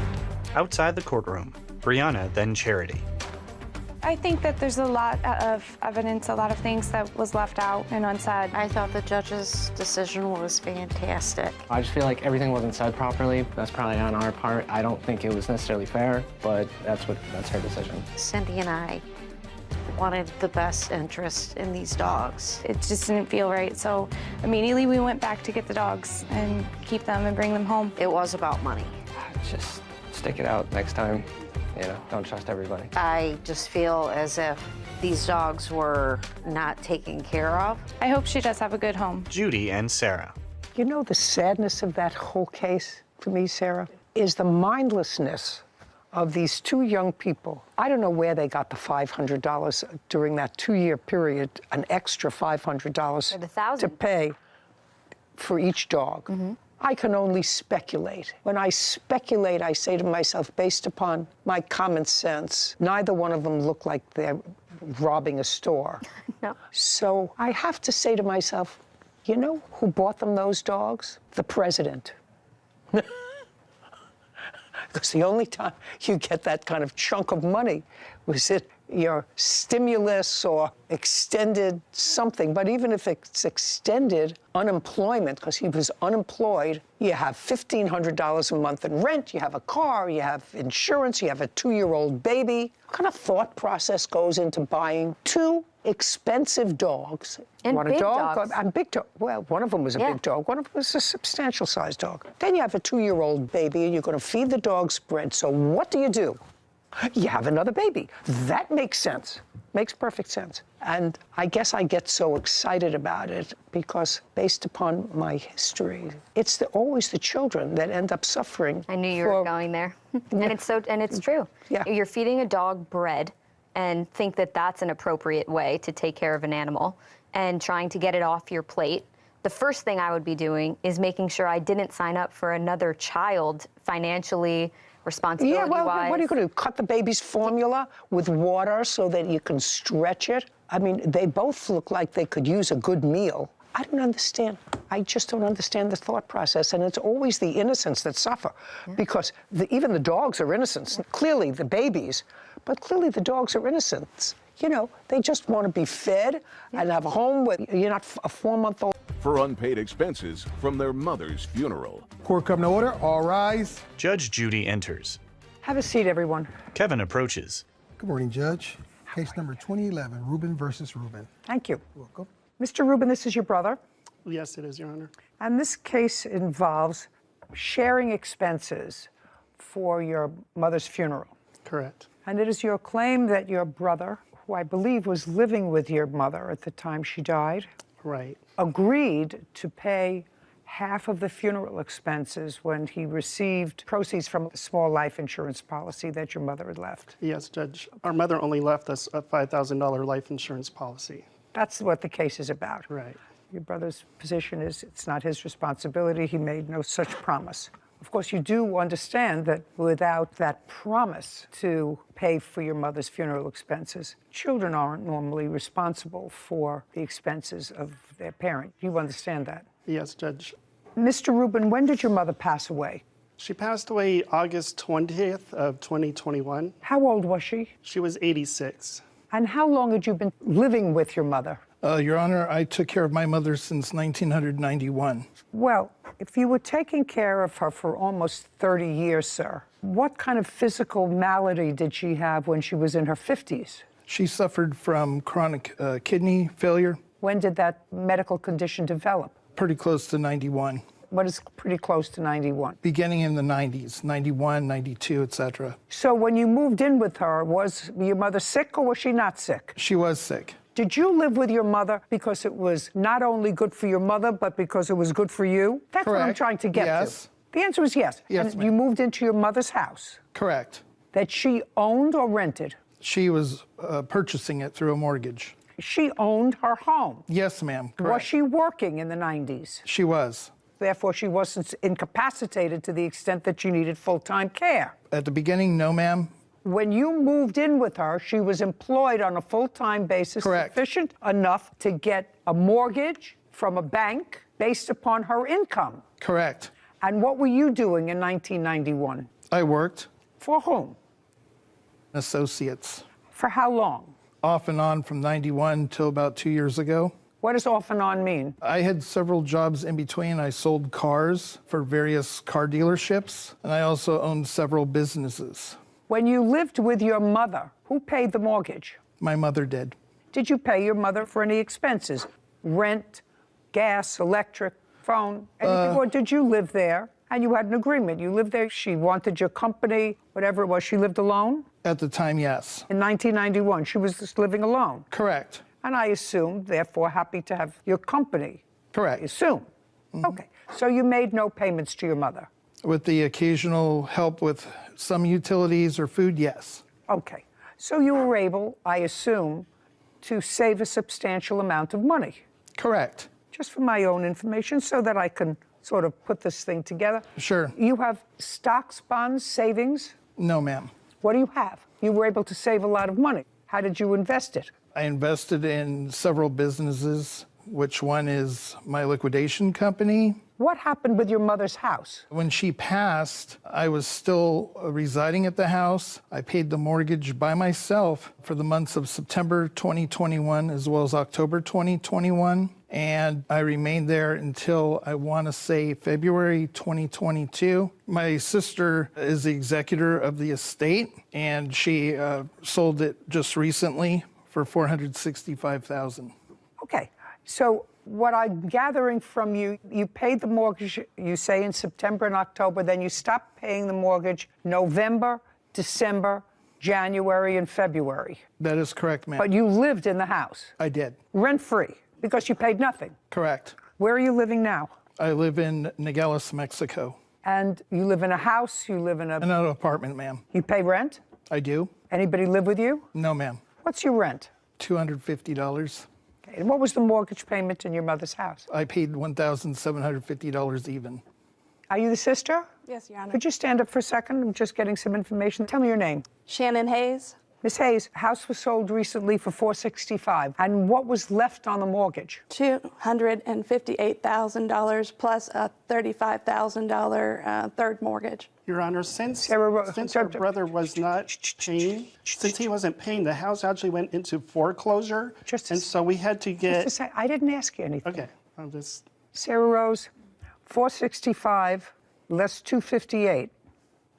$207,000, Your Honor. Less $35,000. $172,000. Okay, and there are 3 siblings? And also, Your Honor, there was a $10,000 lien on the property that had to be paid. So we're down to $162,000. Correct. So it's $162,000 clear, so a little over $50,000 a person. She owed the IRS, Your Honor, for back payments in excess of $54,000. She hadn't paid taxes in years. Did you pay the IRS? I just did. And how much did you pay the IRS? $54,188. Sarah, from $162,000, take out $54,000. $108,000. Anything else? Yes, Your Honor. She had Arizona state taxes, $3,000 I paid as well. 105, is that 105 net? So we also have the medical bills that I had to take care of. She had no insurance and she had to have Medicare. She did, Your Honor. That's her copayment. Okay, and what was her copayment? $3,000 in medical. Let's do a simple $100,000. How much were the funeral expenses? $2,434.73. Was the total funeral expense? Yes. Well, that's what you're claiming he owes you. That's his share of the... I want to know what the entire funeral cost, sir. You'll show me the invoice. Sure. I do have all the invoices for you. Sean hands documents to Kevin, who brings them to Judy. She reviews them. The first one, Your Honor, is just for the cremation 1058. Correct. Okay. 1058. The next one should be from the cemetery. This is the total funeral home charges, and this is cremated remains internment of $2,200? Correct. The next invoice you should have, Your Honor, is from services provided by a rabbi. Okay, that was $600. Your Honor, it was actually $700. I paid the rabbi $100 as an honorarium. No, that's $600. Whatever you want to pay him as an honorarium, that's fine. So the total expenses are $3,858. You should have another invoice for a proposal for a headstone as well. 1717. Yes, Your Honor. 3858 plus $1,717. $5,575. That's it. Okay. I assume your mother died without a will. Correct, Your Honor. Okay. And you are the only surviving siblings? Yes, Your Honor. The estate will be divided into 3 parts. Correct. So each one of you will get about $33,000 from the estate after all of the expenses have been paid. There's also the real estate commission fees that we didn't mention to subtract from the net income. And what were the real estate commission fees? $30,000. Oh, yeah, that's a substantial amount. Yes, Your Honor. So 108 less 30, $78,000. So now you're down to $25,000 each. That's correct, Your Honor. What I'm trying to figure out is, even giving you all those expenses that you paid, your mother's estate, absent this $5,000 life insurance policy that there was, correct? And you got a share of that life insurance policy. How much? Yes, the answer is yes. How much did you receive? $2,500 even. Okay, $2,500. Yes, ma'am. And did you get a share of that life insurance policy? No, Your Honor. Did you? Yes, Your Honor. I also received $2,500. Great. And the estate had net, after everything, at least $75,000 divided by 3, which is $25,000 apiece after you pay all expenses, which in this case would have been funeral expenses. Do you understand where I'm coming from, sir? I do. I have children and grandchildren. 10 years is a long time. That's a grandchild. If she didn't see me at least once a month, she better keep her fingers crossed that I don't change my will. A courthouse. The Judy Justice logo appears. In the courtroom, Sean and Randall. Sean Rubin is suing his brother, Randall Rubin, for unpaid funeral expenses. Randall is countersuing, claiming Sean defamed him. So now, if what you're asking me, Mr. Rubin, is to find that you had an agreement with your brother to pay 1/3 of the funeral expenses, because the 2 of you each paid 1/3 of the funeral expenses. Is that what you did? Well, Your Honor, that's either a yes or a no. It is a no. I'm the only one that had the money to process our mother. He would not even sign to get her processed to continue the cremation. I have evidence here I'd like to submit to you where he agreed to pay me half of it out of his life insurance. Okay, that's all. I have text from him. Just a second. I'm going to take a look at it. You have to understand, Mr. Rubin, yes, that at this point, if I find that he agreed to pay for half, then you understand that you agreed to pay for half of her funeral. Ordinarily, the funeral expenses, you may front the money for those funeral expenses, but if the deceased had sufficient money in their estate to cover their last expenses, and those would be medical expenses, which you paid out of the estate, correct? Yes, Your Honor. Taxes, which you paid out of the estate. Yes, Your Honor. You paid out of the estate after you sold the house, broker's fees. Mm-hmm. State tax fees, along with those kinds of fees, would be funeral expenses. Now, if the 2 of you agreed, or the 2 brothers agreed, which is what you're saying, that he agreed to pay half, not 1/3, but he agreed to pay half of the funeral expenses for which you are not being reimbursed by the estate. Do you understand? Correct. I have not received anything from the estate, Your Honor. Okay. Kevin hands Sean's document to Judy. Well, this would be you. I'll let you know tomorrow. I think it's $2,200 for Menorah Gardens, and cremation was $1,053, so it's $1,626 each. That would be you, right? Yes. Okay, 1,626, because you asked him how much you owed, right? I did. So I assume since you asked him how much you owed, you had some sort of an arrangement with him to pay 1/3, because it does say 1/3 of the funeral expenses. That is correct. Okay, great. I do want to interject, Your Honor, and let you know that when I did receive my monies, the $2,500 from her life insurance, we had communicated with one another that I had some emergency dental work that needed to be done. It was life threatening, and therefore he said, I don't have the email because I had to block him. I have a restraining order against him. So I lost all my emails between us. Listen, however, nobody ever has their emails here or a video. A very substantial amount of those monies went for my dental. I don't care. How old are you? 59, ma'am. You have lived rent-free for 30 years. And according to you, you had businesses. You worked most of that time, either selling cars or on and off for a company for 30 years. You made an agreement with your brother to pay 1/3 of your mother's funeral expenses. And as far as I'm concerned, if you had dental problems, pay for it from the resources of one of your businesses because you had no expenses. You have very little sympathy for you. You lived in the house for months without paying the mortgage. That's outrageous. That's taking money away from them. Do you understand that? Yes, I ma'am. say you lived in the house for 3 months rent-free, at least 3 months rent-free. So if you paid mortgage payments for 2 months, I would say to you, sounds pretty reasonable to me. You know, there's a story that's created. Correct. And what's created here is there's unequivocal information in these text messages that you and your brother and sister, because you, sir, are claiming that he owes half. He doesn't owe half. That was never the agreement, according to what you gave me. According to what you gave me, and in your own hand, you say this is what you owe me, $1,600, not $2,600. Well, Your Honor, if I can explain, the reason why I said half is only me and my brother were included in life insurance policy. My sister was not named on it, and it was only for $5,000. So, sir, listen carefully to me. I mean, if we put our money together, we could have paid for it. Listen carefully to me. That has nothing to do with you. Exactly. The same with his dental has proceeds of nothing your to do with mother's me. final resting should have come out of the estate. That way it would have been borne equally between the 3 people who will profit from the estate. You understand? I understand, Your Honor. Very good. So if you understand that, the math is simple. If he pays 1/3, you get your sister to kick in whatever she's getting back from the $25,000, and everybody is equal. Well, Your Honor, I mean, you're already getting the vibe that this guy's the biggest bum who lived off his mother, sponged off of his mother. Let me explain something to you. That is unnecessary here. Unnecessary and really quite stupid. Stupid.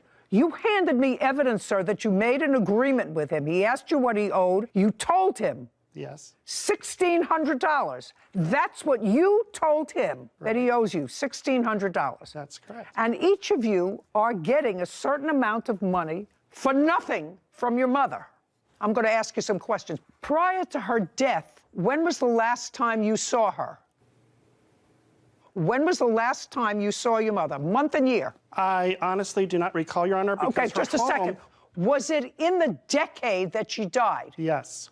Okay, well, she died in 2021. So when did you see her? Probably several years before that, Your Honor. Well, so you didn't see her in the decade before? Your Honor, you have to understand, her house was infested with bed bugs. Pay careful attention to me. I asked you some questions. Yes. My question was, when was the last time you saw your mother? So you hadn't seen your mother in a decade. When was the last time you saw your mother? I saw my mother frequently, Your Honor. It was May, Mother's Day.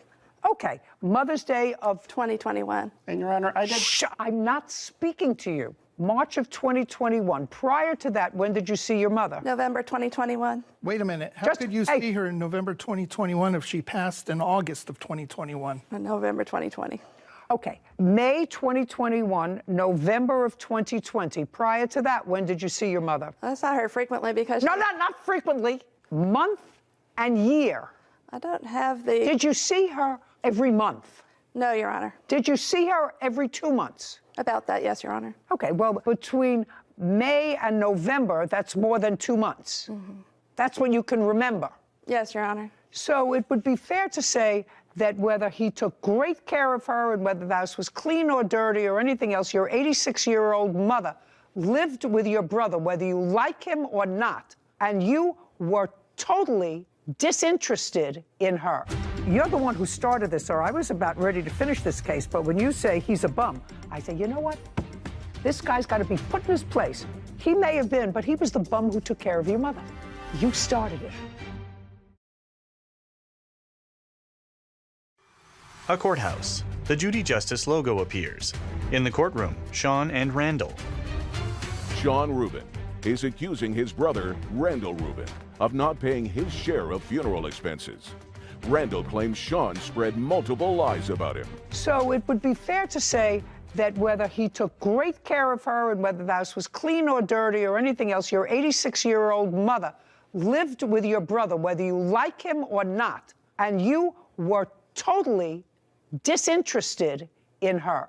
Well, that's not true, Your Honor. Well, I want to know if you didn't see your mother in a decade, and she had failing health, I would say, as a child, you were totally disinterested in her. I did visit my mother after she had kidney replacement or kidney surgery. I visited her after her surgery. We both did. Just a second. Do you understand where I'm coming from, sir? I do. I have children and grandchildren, right? Sure. 10 years is a long time. That's a grandchild. If she didn't see me at least once a month, she better keep her fingers crossed that I don't change my will. Well, Your Honor, I'm sure that Sarah is very close to you, where we live out of state. Just a second. We both have real jobs. Just a second. If her father didn't visit me at least once a month, and we live in different states, he too would check the will. So what I'm telling you is, if you don't see your mother for 10 years, you are a disinterested child. You're the one who started this, sir. I was about ready to finish this case, but when you say he's a bum, I say, you know what?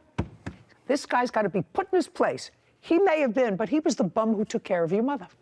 No, No. absolutely not. Oh, really? Did your mother have full-time nursing care for the last 10 years? The answer is either yes or no. It's an absolute She no. declined. That's not what I asked you. Not what she declined.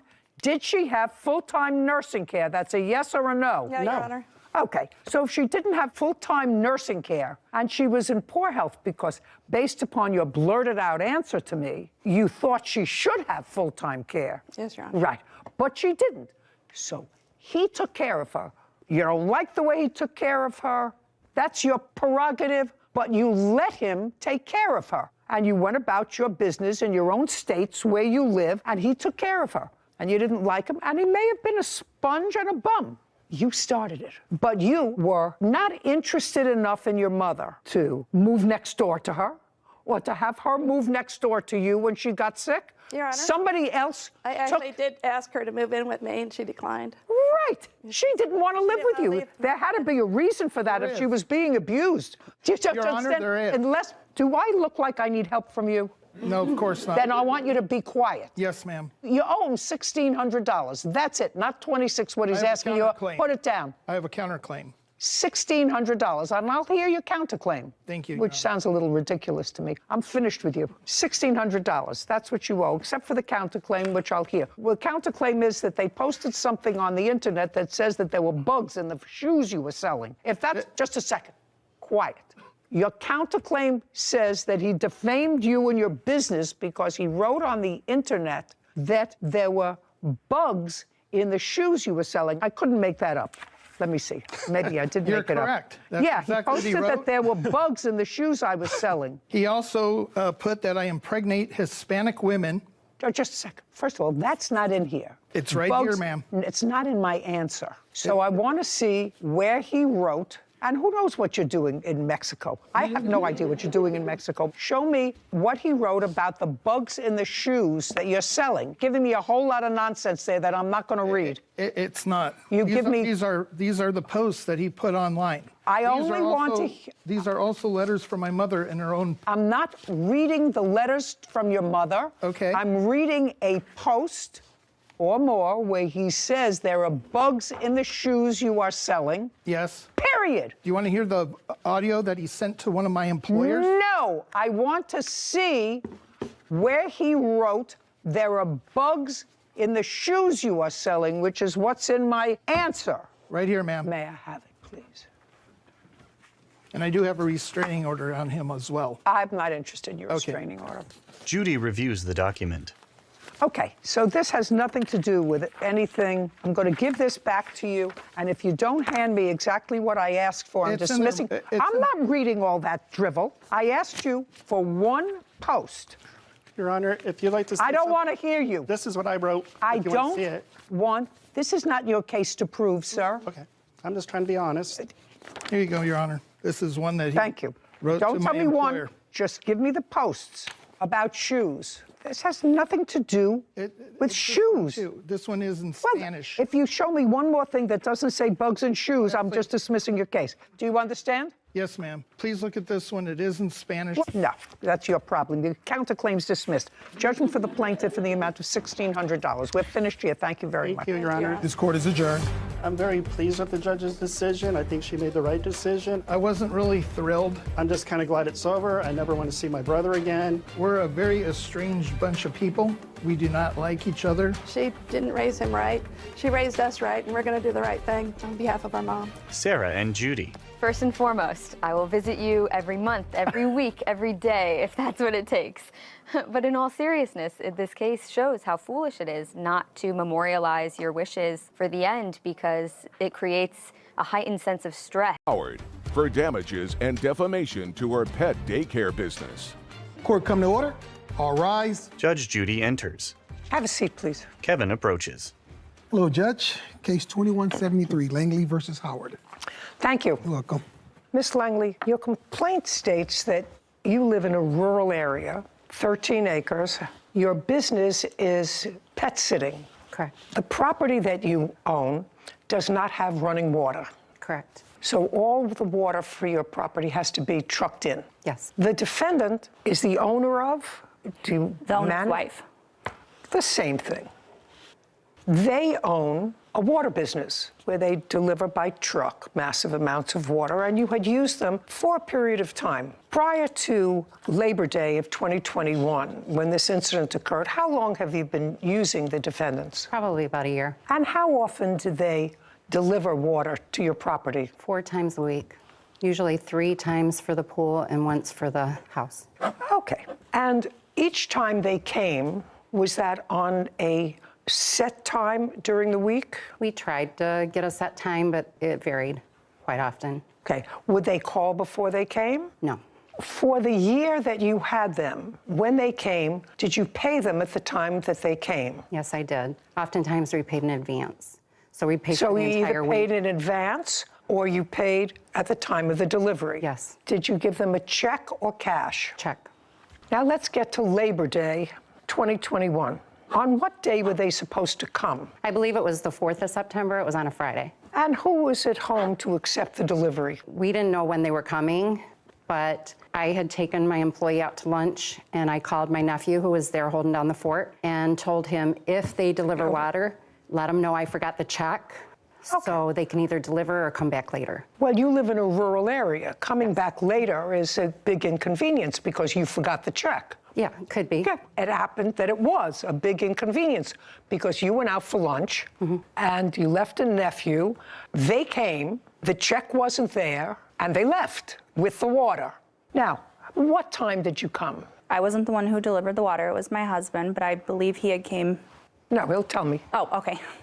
So this was about a year and a half ago. I don't remember the exact time, but it was an AM delivery because we were going out of town Friday evening, going up north. So I was trying to get done with our route fairly early so that we could get So out. the first time you came to the house was in the morning? That's correct. Not lunchtime? No, it was probably somewhere around 10 a.m. if I was to guess. Okay. And when you got there that one time, the nephew was there? That's correct. And tell me what happened. Well, the nephew, for starters, is about 12 years old, and the reason why we don't necessarily have a time frame for businesses is because if it's between business hours, when we show up and if they need water, usually that shouldn't be an issue for the business. Don't give me a whole story, sir. The nephew was 12 years old, okay, and he was left in charge of the pets. That's correct. Okay, so the nephew was left in charge of these animals, and when you came, there was no check. What happened? It wasn't even about the money, the reason why I left. The reason why I showed up there is he was talking on the phone, and he said, we are not ready for water right now. He was on his phone? Yes. Where did this conversation take place? Near the pool, the dog pool. And we were actually taking 4,000 gallons. So I brought my big truck. I'd bring 2,000 for the doggy pool and then 2,000 for the house because it was a holiday weekend, so I had to make sure that we got him enough water to last through the holiday weekend. Okay, and I assumed that the plaintiff was satisfied with your service because she had continued with your service for over a year. Yes, that's correct. That's according to you. That's according to you. You had been satisfied with their service because if you weren't, you would have found somebody else. But you had been satisfied with their service. According to you, you paid them in advance or on the date of the delivery. On Labor Day, September 4th, you left your 12-year-old nephew there. 12, but... Well, how old is he, 13? He's 15. So what? What's the difference? Okay, I'm just... Well, maybe he's 15 now. Maybe he wasn't in 2021. So the nephew said to you, we're not ready for water delivery now. That's Is that what you're saying? Now, your business have a phone? Correct.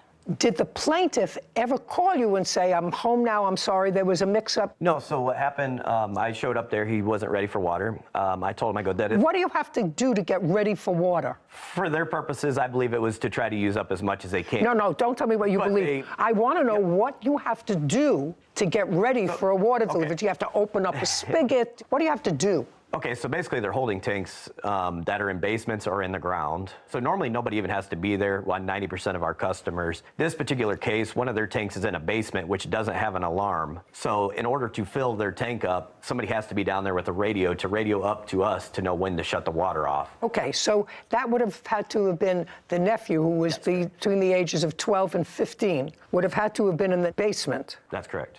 Okay.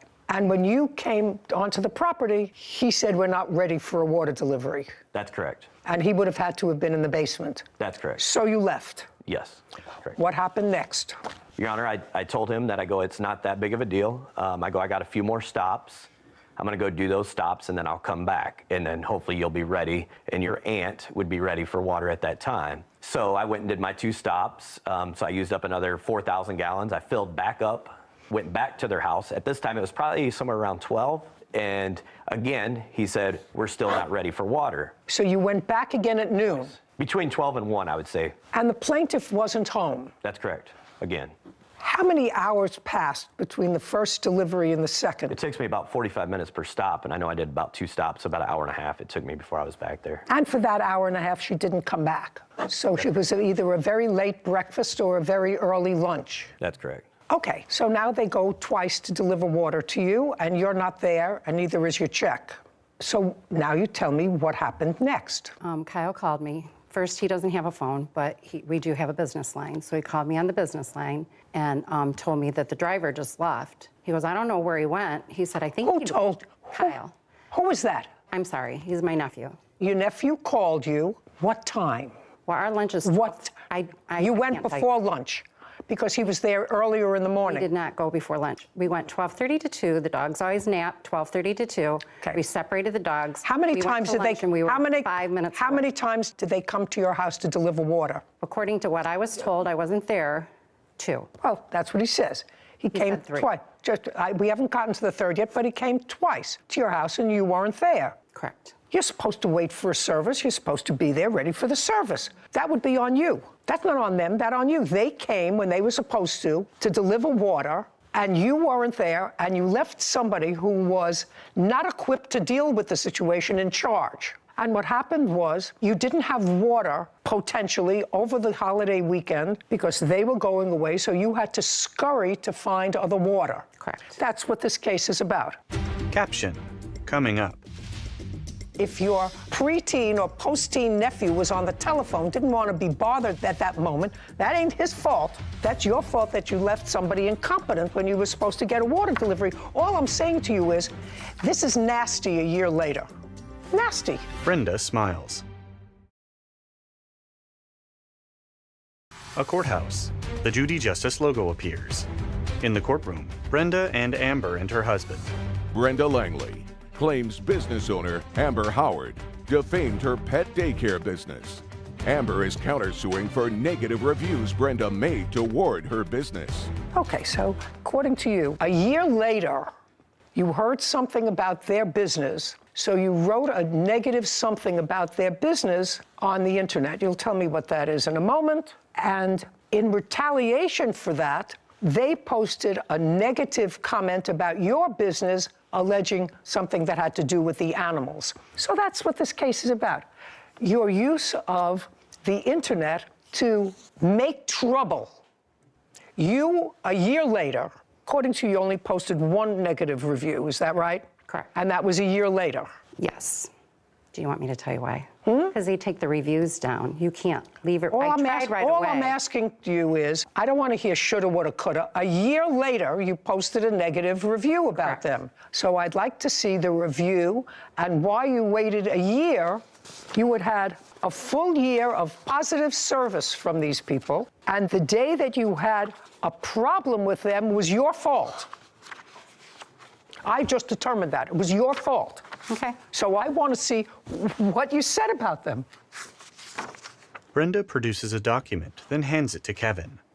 He brings it to Judy, who reviews it.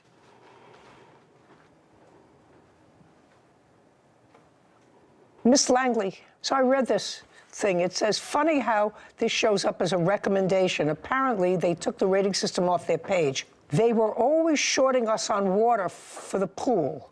Well, you used them satisfactorily for a year. So I think that that's baloney. We had a couple run-ins over it. Once when I complained, the driver said my nephew told him to stop. What is that about? Once when you complained about what? About the pool being short on water. Just what did your nephew have to do with them? Your nephew is hardly a teenager. What did your nephew have to do with discussing Nothing, things really. with the bro? Nothing. Nothing. He would help them sometimes bring the hose in and things like that, but he was just a helper every once in a while. Well, what does that mean? He didn't have anything Once to do when with I it. complained, the driver said my nephew told him to stop. Video surveillance proved he was lying. No one ever approached him and no one spoke to him. I showed the owner the video and he didn't seem to care. The last straw was when the owner, that would be them, left for a holiday weekend and we had no water and low pool water. Well, that would be your fault. You don't say that here. It just makes it appear as if they left and left you high and dry, but they came at least twice. He's going to tell me a third time, probably, to deliver water, and you weren't there. When my nephew asked if we could pay next week, he got in his truck and left. That's also your fault. If he would have communicated, I could have brought the money. We were 5 minutes away. Just a second. That puts the onus on them. Why weren't you there? This is all on you. This isn't on them. No conversation, no phone call, not even a curse word. I called his wife to find out what happened, and she said they were going out of town for the weekend. And you put in parentheses, too bad. Well, you're allowed to go out. You're allowed to go out for lunch when their delivery is coming without a check, but they're not allowed to go out for Labor Day for the weekend. I immediately called a competitor to bail us out. Thank God he took mercy on us and came out right away. We have had excellent service with the competitor ever since. It could have been catastrophic to try not just to live but run a business with no water over the holiday weekend. You should have been home to get your delivery. And so, can I say something? Sure. I always paid. They knew I was good for the money, and nobody has to be there when they deliver water. We don't watch them deliver water, except for maybe in the house, and Kyle was there to receive it. Just a second. He just told me that one of the water tanks is in the basement. Somebody has to be there in the basement in your house. If your preteen or post-teen nephew was on the telephone, didn't want to be bothered at that moment, that ain't his fault. That's your fault that you left somebody incompetent when you were supposed to get a water delivery. All I'm saying to you is, this is nasty a year later. Nasty. And for no reason. I don't hear a reason why this a year later. You want to tell me? I had heard about some bad business practices, so it got me upset again. So I decided to look and find a way to put a review on. They had taken their reviews off the page. So immediately I wanted to put a review on there, but they have it down as a recommendation. Who cares? So that's when I left. I just still don't understand why a year later you stir this up. So for a year, you were getting water from a competitor. You cut off their system. They seem to be still surviving. You're still in business? Yes. Yeah. They're in business without you. You're in business without them. Right. Okay. So this is nasty. Okay. Now, as a result of being nasty, they wrote a review about you, which is why you're here. Yes. About your business. Yes. May I see that review? About her statement saying that she only gave us one bad review, we have proof that we have multiple bad reviews, not just the one, over that course of a year and a half. May I see, and I'd like to see them. Did you write more than one negative review? Okay, I'm going to take a look at them. That's what I posted. Amber produces a document. Oh, I'm sorry, this is what I posted right here. I gave you the wrong copy. She hands it to Kevin, who brings it to Judy for review. Oh, well, this is a different one where you say last water haulers suggested we had to kiss whatever or they would not show. They rarely answered a call or a text in a timely manner. I was even late to a party posted at my home. I had zero water and couldn't shower. couldn't get in touch with anybody. The last straw was Friday. They dropped us on a holiday weekend and said that they would see us on Tuesday. I don't think that was a review, Your Honor. Was this not a review? I don't believe so. No, it wasn't a review. It was a comment. It was a comment. It was still out there, alive, out there. Caption coming up. So it was really a tit for tat. You got tired? He wrote that review on my page, so I decided to write a true review about her page. Perfect. So did I get that all right? Good. A pox on both your houses. Brenda and Amber grin. A courthouse. The Judy Justice logo appears. In the courtroom, Brenda and Amber and her husband. Brenda Langley has accused business owner Amber Howard of defaming her pet daycare business. Amber claims Brenda created negative reviews a year after their dispute ended. I'm looking to see what you posted about her. He's got it. You go, Judge. Kevin hands a document to Judy, who reviews it. Okay. So you posted this on October the 30th, and this is on a Facebook? Yes. We used to supply water for the puppy pool here 3 times a week, and our drivers witnessed on multiple occasions the staff mistreating dogs in their care. They would see on multiple occasions dog feces in the pool before they would fill it up. We were going to send our dog there before we knew all this, but I told our dog was too small and they could not accommodate him. Now that I know the kind of business they run, I'm thankful I kept my pet out of their care. I would think twice before sending your beloved pet there. And then Lucky Puppy, that would be you. Funny, I just gave you a poor review on your page. The difference is our review was true. Your review is defamation of character. You can remove your untrue statements or you can be sued. Your choice. So now I'm going to ask you sort of the same question. The incident happened on Labor Day of 2021. October 30th, and that would be of 2022? Correct. So between the time that they ceased to be customers of yours and a year later, what happened that caused you to write this negative review? So as you can see in the evidence I gave you, she all the time was just saying negative things about our business. We never had said anything about her business. Just a second. So the answer was it was tit for tat. Correct. It was tit for tat. She was writing negative reviews about your business. So you wrote, which I just determined were untrue. So you wrote a negative review about her business. Correct. A year later. I mean, if you were really concerned about the pets, you would have written it immediately. So it was really a tit for tat. You got tired? He wrote that review on my page, so I decided to write a true review about her page. Perfect. So did I get that all right? Good. A pox on both your houses. May I say something, please? Sure. So what she accused us of is illegal. Just a second. We have to keep sanitary conditions, and we have Just a second. How do I know that one of their drivers didn't report seeing feces in the pool? How do I know that? I've been there before and asked them why they didn't need water that currently week, you know, that they're going to need it, the 2,000 gallons on Wednesday like they normally do. And he said we just had to get the dogs out just because we realized there was feces in there. They said it happens a few times a year. So it was not a statement. Whatever. It's their business, madam. Just like this is your business. If you run a dirty place, I don't know. That's the whole thing. Just a second. My Well, they don't run an irresponsible business. In your reviews, you're suggesting that they are irresponsible and also thieves, because in one of your reviews, you say they were shorting us on water. Yes, they were. That's what you say. And you said it not only a year later, you said it during the course of the year. And it was their business. Their business is as important to them as yours is to you. So if you're going to weaponize these reviews, then you both deserve what you got.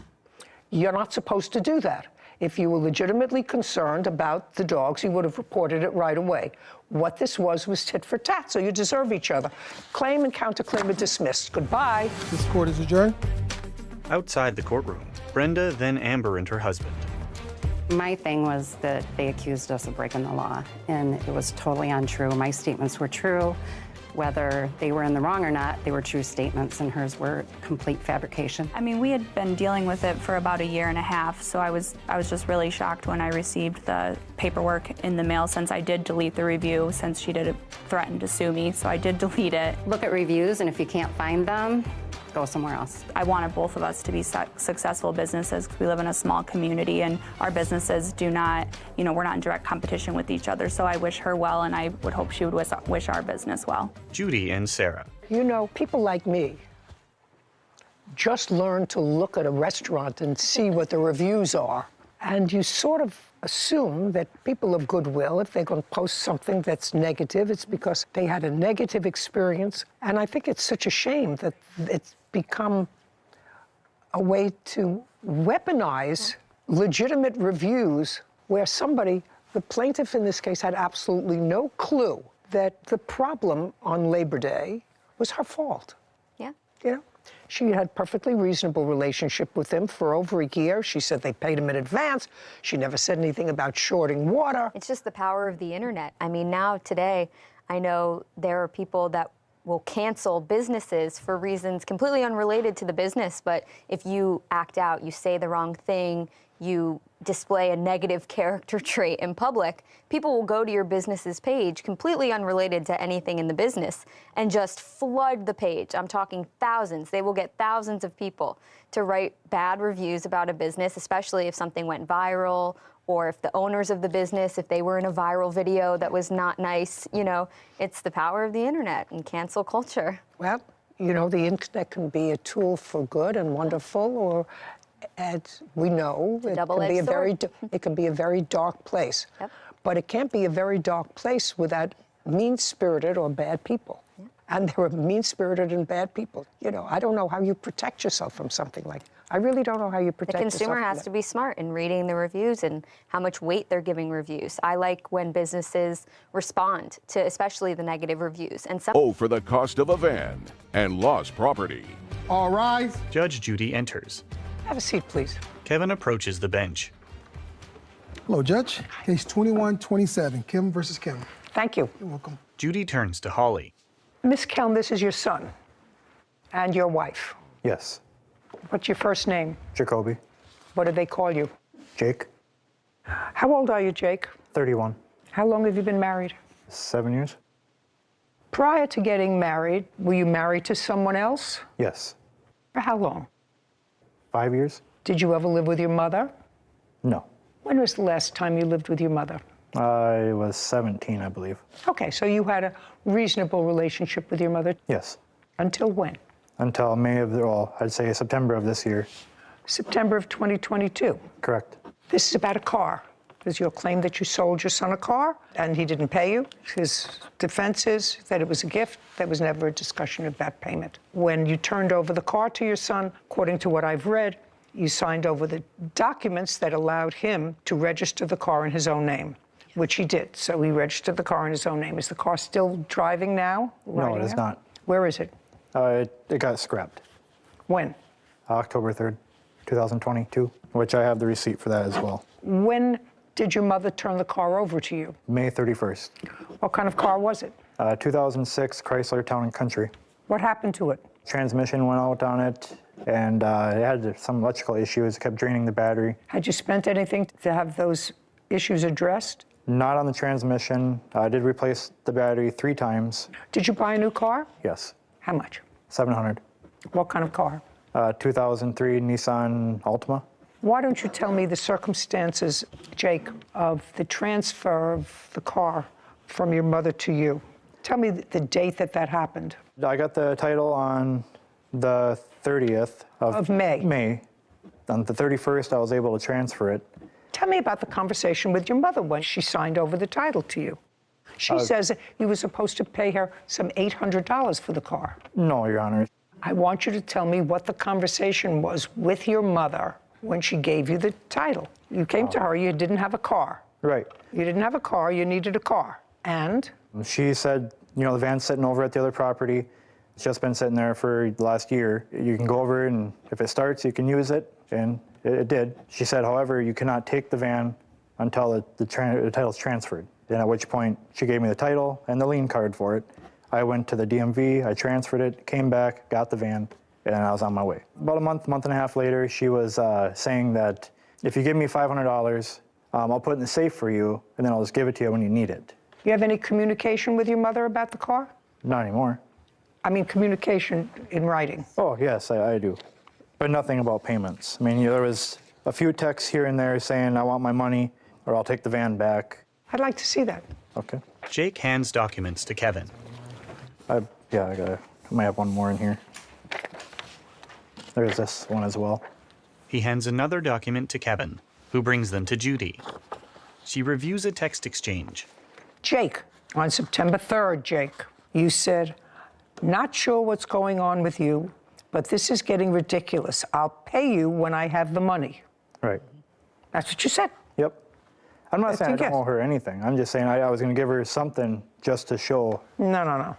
So on September 3rd, you got the car at the end of May, so June, July, and August you had the car, and you said, I'm not sure what's going on with you. Maybe, Mom, you're having issues that I don't know about, but this is getting ridiculous. I'll pay you when I have the money. That's an acknowledgement that you owe your mother the money. Correct.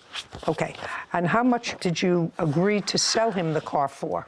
Car was $800. Okay. Tell me about discussing with him the cost of the car and what you were going to sell it to him for. We were at my friend's house, and we were playing marbles and having a few beers like we always do. We get together a lot. And he didn't have a vehicle, so we discussed he could use mine. And at that time, he said, well, he'd rather buy it. And then I said, okay, I will sell the van, which I was talking to my daughter about. She wanted to buy it also. And I told them both it was $800. And you could shake your head, no, that's true. But it was $800. And he said, okay, could he get it right away? And I said, well, first of all, I can't let you drive it because you're not insured. And then we talked about he was gonna buy it and he would take it. I said, you gotta transfer the title first. So he did all that. Okay, well, that's responsible of both of you. Yeah, there's no way we could leave it, go with no insurance. So then they took the van, and I told them first, I need to clean it out because I have a bunch of stuff in there. They said they would clean it out, but they needed a vehicle right away, and I said, okay. When was the first time you asked him for money? Holly looks up. Caption, coming up. $800 is a substantial amount of money. He would get a paycheck and he would go to the casino or go to the racetrack or whatever. And I said, well, what about paying me some money? And later today. You sound like a really bright young man. I appreciate that, Your Honor. You really should find something important to do. I've changed sectors since then, Your Honor. Judy grins. A courthouse. The Judy Justice logo appears. In the courtroom, Holly, Jake, and Kelly. Holly Kelm claims her son and his wife, Jacoby and Kelly Kelm, owe for the cost of a van and lost property. Okay, when was the first time you asked him for money? In the summer sometime. I mean, we'd get together at my friend's house, and it's probably a month later I asked him, are you gonna pay something on the van? I couldn't even say an exact date because, like I said, we got together, we played cards, and we would have a few beers with my friends over at her place, and then we'd discuss the van a little bit, discuss the money. Just for my own curiosity, you've seemed to have, up until this point, a very fine relationship with your son and his wife. Is there something that interfered with that? I mean, $800 is a substantial amount of money, but odd to bring it to a lawsuit. There's really nothing that interfered with our relationship except for him not paying me some money. And in between this time, and you both know this. Don't look at me. There's one text in here, do you have any money I could borrow? And well, I didn't have any money. I think I probably had 20, and I would give it to him. Because being a mom, I don't want to see him hurting, but I told him, you still have to pay me for my car. Okay. And he acknowledges that he would pay you for the car when I have it. But he would get get a paycheck, and he would go to the casino or go to the racetrack or whatever. And I said, well, what about paying me some money? I said, can you at least give me $25 so I can pay for my medicine? I don't have it. Okay. Okay. Judgment for the plaintiff for the amount of $800. We're finished. This court is adjourned. Well, I'm glad. At least I'll get my money back for my van. There's a lot of things that my mom did say that were very untrue. I love him. I will always love him. He's my baby. You just don't sue family over something so stupid. Judy. You know, I'm really happy that I finally learned how to text. Yeah, and how useful text messages can be. Because, you know, I was late to the game with all this electronic stuff. Anyway, these text messages have become so vital to adjudicating cases because younger people memorialize everything, including what they have for breakfast and lunch and how they're feeling and what they're doing in text messages. But for the text message that he gave me, which said, I owe you the money, I'll pay you when I have it. I think people, especially younger generation, think it's a flippant, oh, I'm going to send this text really quick, or I'm going to somebody on the phone. Exactly, like it's a conversation, but they don't realize the legal implications of sending a text from your phone number, admitting a debt, even if that's not what you intended at the time you sent the text. Now there's this altercation, and you bring it to court. Right, and it's memorialized in a writing, coming from your phone. Got to be careful with what you text. Yeah. Case 2132, Eagle versus Ulrich. All parties, please step forward. Tobias Eagle is suing his former friend, Joshua Ulrich, for cryptocurrency profits and equipment. Mr. Eagle, you and Mr. Ulrich were friends. You were traveling together for business. What kind of business were you in other than this cryptocurrency? First off, we weren't friends initially. We were first business partners, and we worked together underneath my mentor through his company, Symbio. Yes. Okay, and what kind of business? It was teaching workforce development for, I guess you could say, people who needed skills so they can be prepared for engineering jobs. Okay, you worked at the same company? Yes. Okay, and when did you decide to go into this business together? Around January to February 2021. This has to do with cryptocurrency? Yes. Okay, this cryptocurrency business that you went into together, did you form a company or an LLC? Yeah, I already had a company established. I was doing it more as a recreation, but... So the answer is you and the defendant, when you wanted to go together into this business, did not form a separate company? No. So individually, it is your claim that you spent some $20,000 on equipment for this new company? Yes. And you were supposed to share whatever profits there were in this new company. And quite frankly, I know nothing about cryptocurrency. I am of the Charlie Munger school of cryptocurrency. I think it's all about the emperor's new clothes. And unless I can feel it, touch it, taste it, smell it, or bite on it, it doesn't exist. So I want you to know that's where I'm starting. Yes. Okay? So you're going to explain to me what the business was that you were doing with him that involved buying $20,000 worth of equipment, which you now say is in his possession that you want back. Yes. Cryptocurrency. Okay. He mentioned that he knew how to mine cryptocurrency. Okay. That's how we now produce it. I understand that those are the words that you use. Where is the mine? May I explain cryptocurrency to you a little more too, Your Honor? Oh, I'd love to hear you. Okay, sorry. Mining is just a term for generating profits from cryptocurrency. There is no physical mine, as you may already be aware. It's not like mining gold. Yes, it's not like anything. It's like the emperor's new clothes. Yes, ma'am. But essentially, cryptocurrency... That's why it collapsed. Yes. Cryptocurrency mining is just... You know that it collapsed. Oh, yes, it collapsed. Everybody knows that it collapsed. Yes, ma'am. Charlie Munger predicted that a long time ago. Yes, ma'am. But essentially... Do you know that? Yes, I do. Okay. So what you were involved in is a shill game of Emperor's New Clothes, which would have involved all of your investors. Who was it that created cryptocurrency? The Winklevoss? I don't know who created cryptocurrency. Brothers? I don't know. Not sure. In any event, somebody had a vivid imagination. Yes, ma'am. But all crypto is we essentially use our computer resources, specifically a piece called a graphics card that is really good at solving equations. We essentially solve equations for money. That's really all mining is. And You so we solve generate revenue. equations for money. Yes, ma'am. What equations? I don't know the specific equations. Essentially, the equations are so complex that when you solve them, you're rewarded for your time and the effort that your computer put into it, and that's where the revenue or mining comes from. We essentially validate transactions the same way you might want to make sure that a transaction on your bank statement is legitimate. And so we were paid for validating these transactions. You sound like a really bright young man. I appreciate that, Your Honor. You really should find something important to do. I have changed sectors since then, Your Honor. You have equipment that he paid for? No, Your Honor. I would actually like to Just get in. a second. I'm Yes, just ma'am. asking a question. I thought maybe we could resolve this. Show me what equipment you purchased, sir, the receipts for it, and tell me where it is. And so we're not here specifically for the GPUs that he claimed.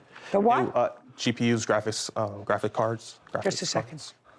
Don't say anything to me, sir. Caption coming up. You have a counterclaim for equipment. I have it for equipment and cryptocurrency assets. I'm not bothering with that. Okay, no worries, Your Honor. Yeah, no worries. Joshua smirks.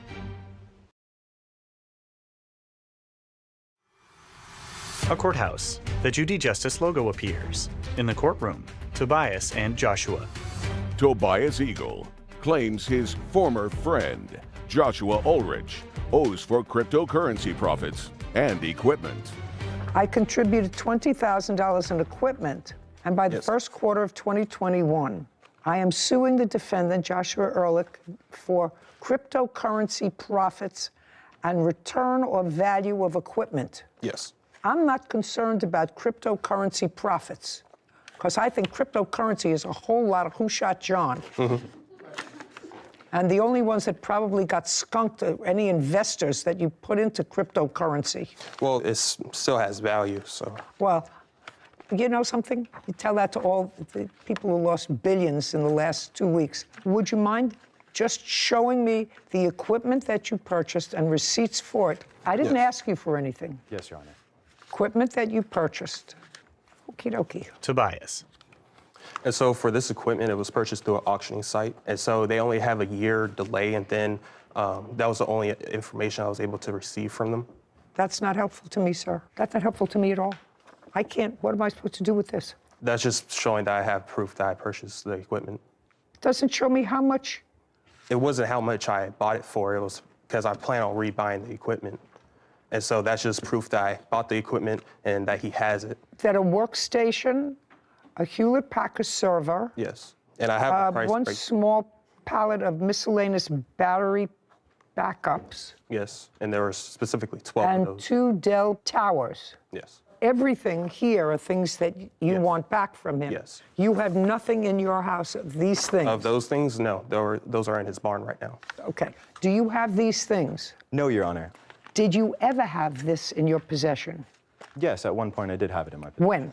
I had it in my possession when we were at a shared facility that was in Rancho Cordova. Now you're not in a shared facility anymore. Yes, ma'am. Since we were in a shared facility, I have never had the equipment in my possession. Furthermore, the equipment that he's talking about has nothing to do with this case. This case is primarily around the assets. You have no idea how simple I'm going to make this, sir. Yes, ma'am. He has receipts for certain equipment. I have receipts for more equipment, and I have a very Just a second. You have a counterclaim for equipment. I have it for equipment and cryptocurrency assets. I'm not bothering with that. Okay, no worries, Your Honor. Yeah, no worries. No assets. No there are no problem, Your Honor. cryptocurrency assets. Where is the equipment that you claim he has that belongs to you? It's well, it was originally at his house when we moved out of the facility. I relocated all of it to his house. I have an inventory ran on the last day I was at his house, marked with the location, the equipment, and a lot of details. I would love to show it to Your Honor if that's acceptable. Just a second. Do you have... On that list? No. No. Do you have any equipment at your house? Yes. What equipment do you have at your house? The graphics cards that he's talking about. So you have the graphics cards that belong to him? No, they belong to me mostly.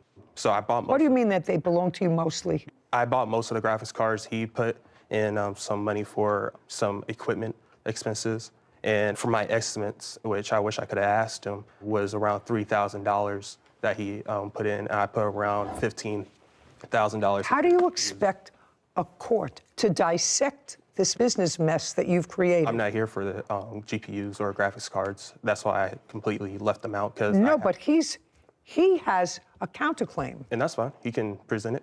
I understand that. Sorry. How do you expect somebody to pick apart this legal morass that you have, except to say that all of the stuff should be sold? Understood.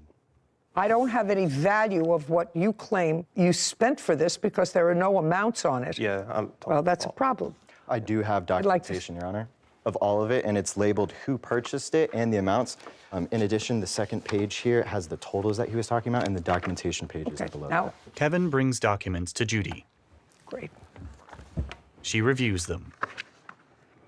There isn't a lot of very expensive stuff that you paid for, Mr. Ulrich. There's not too much, no. No, there isn't too much expensive stuff here, right?